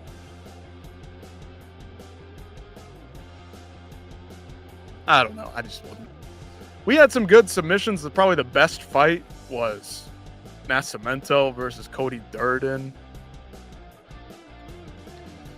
Billy Elicana got a nice drop into a submission. That was impressive for him. Beat up the new Dana White Contender Series guy. Chang Ho Lee was dominating the first round over Timmy Kawamba, just throwing him around all over him. And then Timmy brings it back in rounds 2 and 3. Gets the job done. Nomar Dumont, absolute fucking, I don't know, robbery. Caitlin Vieira was picking her apart, bro. Thought it was a good card, man. I don't know, I just, it was just slow and, it started off really unimpressively. Ardeline and Montserrat Conejo. Hey, listen, I am a women's MMA hater. That was a good one. That was a good scrap. Thought it was a good card. Yeah, I read that already, but I don't know. Phil Rowe, man, dude, I think Seok Hyun Kyo is very good. Phil Rowe is solid, man. Solid fighter. Better commentator. It just was very slow, and like there wasn't a lot of important stuff going on. It was just what it was. It was an Apex card. I wish they would travel every week like they used to. But if this is what an Apex card's going to be, whatever, man. Shout out Norma Dumont for the robbery victory, in my opinion. But again, I'm biased, man. Caitlin Vieira just doesn't do it for me, man. She doesn't, I don't know. I just don't like her. She's really good, though. I mean, she, like, was doing very well against Kayla Harrison. That was pretty close. Caitlin and Kayla Harrison. So she's taken 2 losses, but yet kind of proven that she might be the second best woman in the entire division. Ala Nascimento, that fight was pretty good. I mean, it was just 50-50. Like, it was like good, then I fall asleep, and then it was good, and then I kind of fall asleep in there. The Radke Frumza, Yadier Devalier, like I woke up for that one because it was kind of Jeremiah Thembuk was like explosive in that way. Like a good Apex card, almost nostalgic at this point. If we're gonna have fights every week, there's no way that the cards are gonna be stacked. So I guess it's whatever. But my God, they need to get back to traveling every week. I really think they have a good momentum going there. The crowds, everything involved, but the Apex cards give them a chance to like throw their shit out the door. You know what I mean? Like it's just Themba Garimbo, like he was riding high and then he kind of didn't turn out to be much. And Waldo like took a loss because he just got good overhands. Needed a test against Ante, who's not a big name coming over from PFL. Steve Garcia, David Onama, that's a sick fight that's going to get the hardcores to tune in. But not a big name one. Bulgarian's kind of hit or miss, not super active. Charles Radke's kind of like, I don't know where we're at with him. Nascimento, Cody Durden, like, is he even going to make weight? He did need to make weight because late notice opponent. Billy Elikana kind of sitting, where is he at? Kevin Christian, easy guy to pull off the Contender Series. Kawamba, Chang Ho Lee, nothing super exciting from either of these guys yet. Dante Johnson, prospect, stepping in. Pretty short notice. Cedric Dumas, piece of shit, whatever. We'll throw him to the wayside. Oops, sorry about that. Ardeline, not a high-level fighter, but that was a good scrap. Ko, seems kind of boring maybe on the outset. Phil Rowe, kind of on the way out as well. Remember that Poirier Hooker fight in the Apex? That was basically historical at this point. The silent version they put out on YouTube last year. Beautiful. Carnelossi, like, who the fuck cares about that? I don't. It's an Apex card, man. Like, if they have to have these Apex cards to filter out their shit, fine. Maybe the best that's hands down the best Apex card. Western Master, absolutely great. Best Apex card, no question. I can think of some, but it's the best Apex card, no doubt. But I don't know, man. It just was like kind of, it was good. We'll go over from the bottom again. Like, didn't care. Finished, didn't care though. Fell asleep. Good scrap. Back and forth, but nothing interesting. The only thing interesting was it was 2 high-level ladies, and you were kind of only paying attention because they're high-ranked, but it wasn't that good of a fight. Ketlin Vieira basically won the damn thing, and they didn't give it to her. Cedric Dumas, don't give a fuck. Yao Santos, live. Wow. Talking about this shit. Of course we are, man. Of course we are. Welcome in. Appreciate you for being here. Talking about how the card went down. Not a lot of interesting stuff. I just don't care about Timmy Kawamba or Chang Ho Lee, man. Am I on an island here? I like the Apex cards. Fuck, man. I don't know. No. I think they serve their purpose, but I don't like them, man. I don't like it at all. Imagine that Steve Garcia win in his hometown somewhere, bro. Imagine the crowd, man. Be fucking sick. But that wouldn't be the main event of a crowded fight night card. It wouldn't. To me, Western Mass, they serve a purpose. And outside of that, I think you're a little foolish if you really, enjoy them. They're not good cards. If we're going to have fights for every week, 52 weeks a year, and they have to chuck an Apex card in there once a month to filter out their shit, I'll tune in because I'm a hardcore fan and I watch fights every week. But other than that, fuck the Apex, man. If it's serving a purpose, which it seems to be in filtering through their shit, I get why they do it, but that doesn't mean that I thoroughly enjoy them. I gotta disagree with you there. You might be on an island. But that's okay.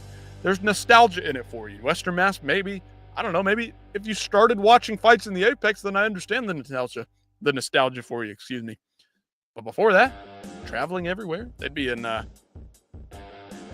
Czech Republic one week, and Brazil the next, and Australia the week after, and the cycle was moving, man, eventually. Right before COVID, man. They had a good thing going. Traveling all the time. And now they kind of have 2 weeks of Apex in a row. It just halts all the momentum. And maybe it's on purpose. It drives the appetite for UFC 322. It absolutely does. Fans are going to be starving for some good action. But 2 back-to-back Apex cards?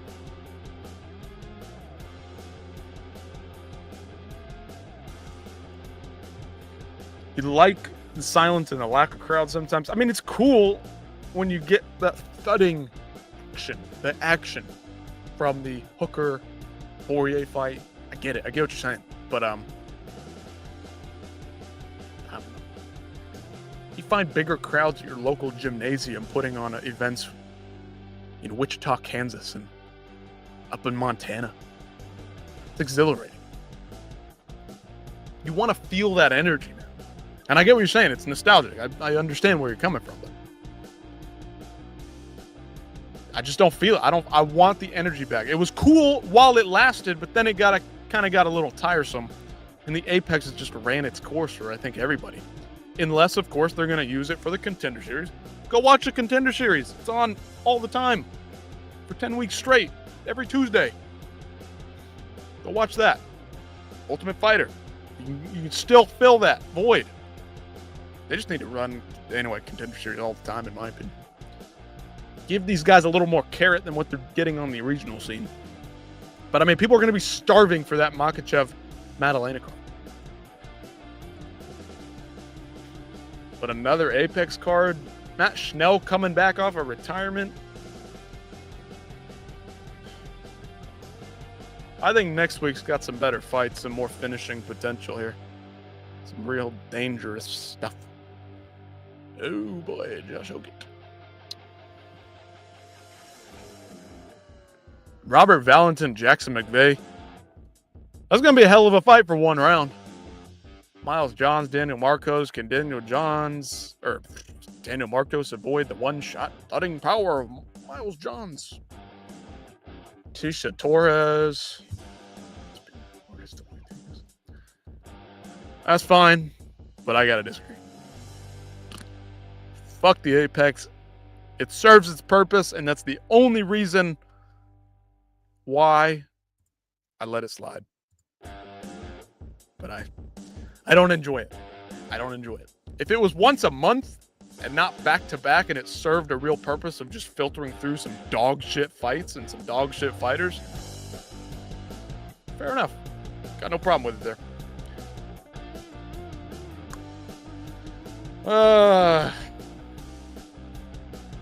Adrian Yanez is back. Hyder Emil, Jamal Emmer. That'll probably be pretty fun. Leroy Duncan, Marco Tulio. Marco Tulio, super dangerous. He's going to take it to Christian Leroy Duncan, but Christian, very fast, very evasive, very technical. Ricky Simone and Barcelos, battle of the old men.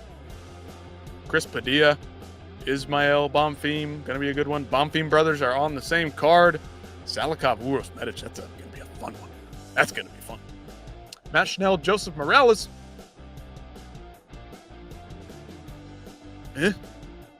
Co-main event? Whatever.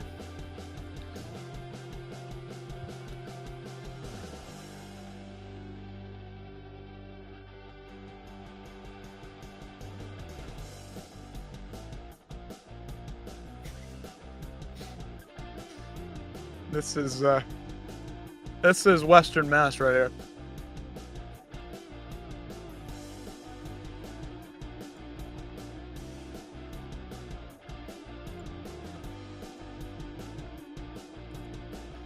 That's Western Mass.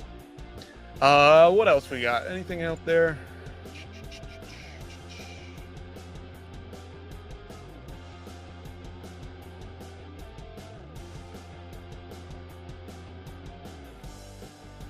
I don't want no gaming. Get that out of here. My light just died. Does that mean it's time? Go. Oh, battery. That might be it for me.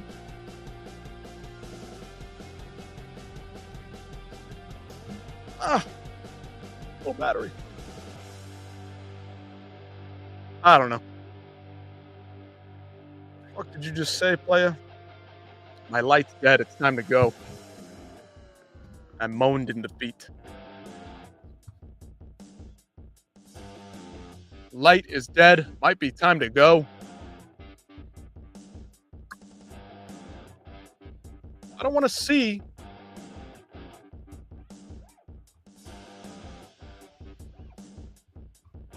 Nah. What is this? Oh my God. Whew. Western Mass. Enjoy the rest of your night. Thank you for showing up. Giving me something to talk about. Otherwise, I'd just be rambling, going nuts for 3 fucking hours. Instead, I had somebody along the way. Thanks for being here. Anybody else out there, throw some comments in here. We can keep the chat going a little longer. The lights are out. But we're still moving. Now, have a good one, brother. Have a good one. I guess that'll send us off. UFC Vegas 110. Some liked it, some didn't. Some enjoy that Apex, and some of us do not. I fell asleep twice during this card, but you know what? Sometimes controversy gets us back in the game. And we had some interesting controversy in this one. We talked about it already. But that'll be it for me tonight. Everybody out there, have a good night. Enjoyed sticking around with you for a little bit of post-show action. Who else was in here? Captain Ralfucho showed up. Big Boars MMA, big Chimaya fan. AB was here for a while. And Yao Santos, shout out to you, man. We are live. We are still going for just another second or two. We're going to end it right there. Everybody have a good night. Enjoy tomorrow. Enjoy your Sunday. Look out for some videos. See if I can record them without getting too mad. But that'll be it for me. And everyone here, thank you very much for keeping this thing going. Give me something to talk about. And waste my time. Because without this, I'd be screaming in my pillow. I'd be asleep by now. Fights are over. My day is done. And that'll do it for me. I'll see you guys next time.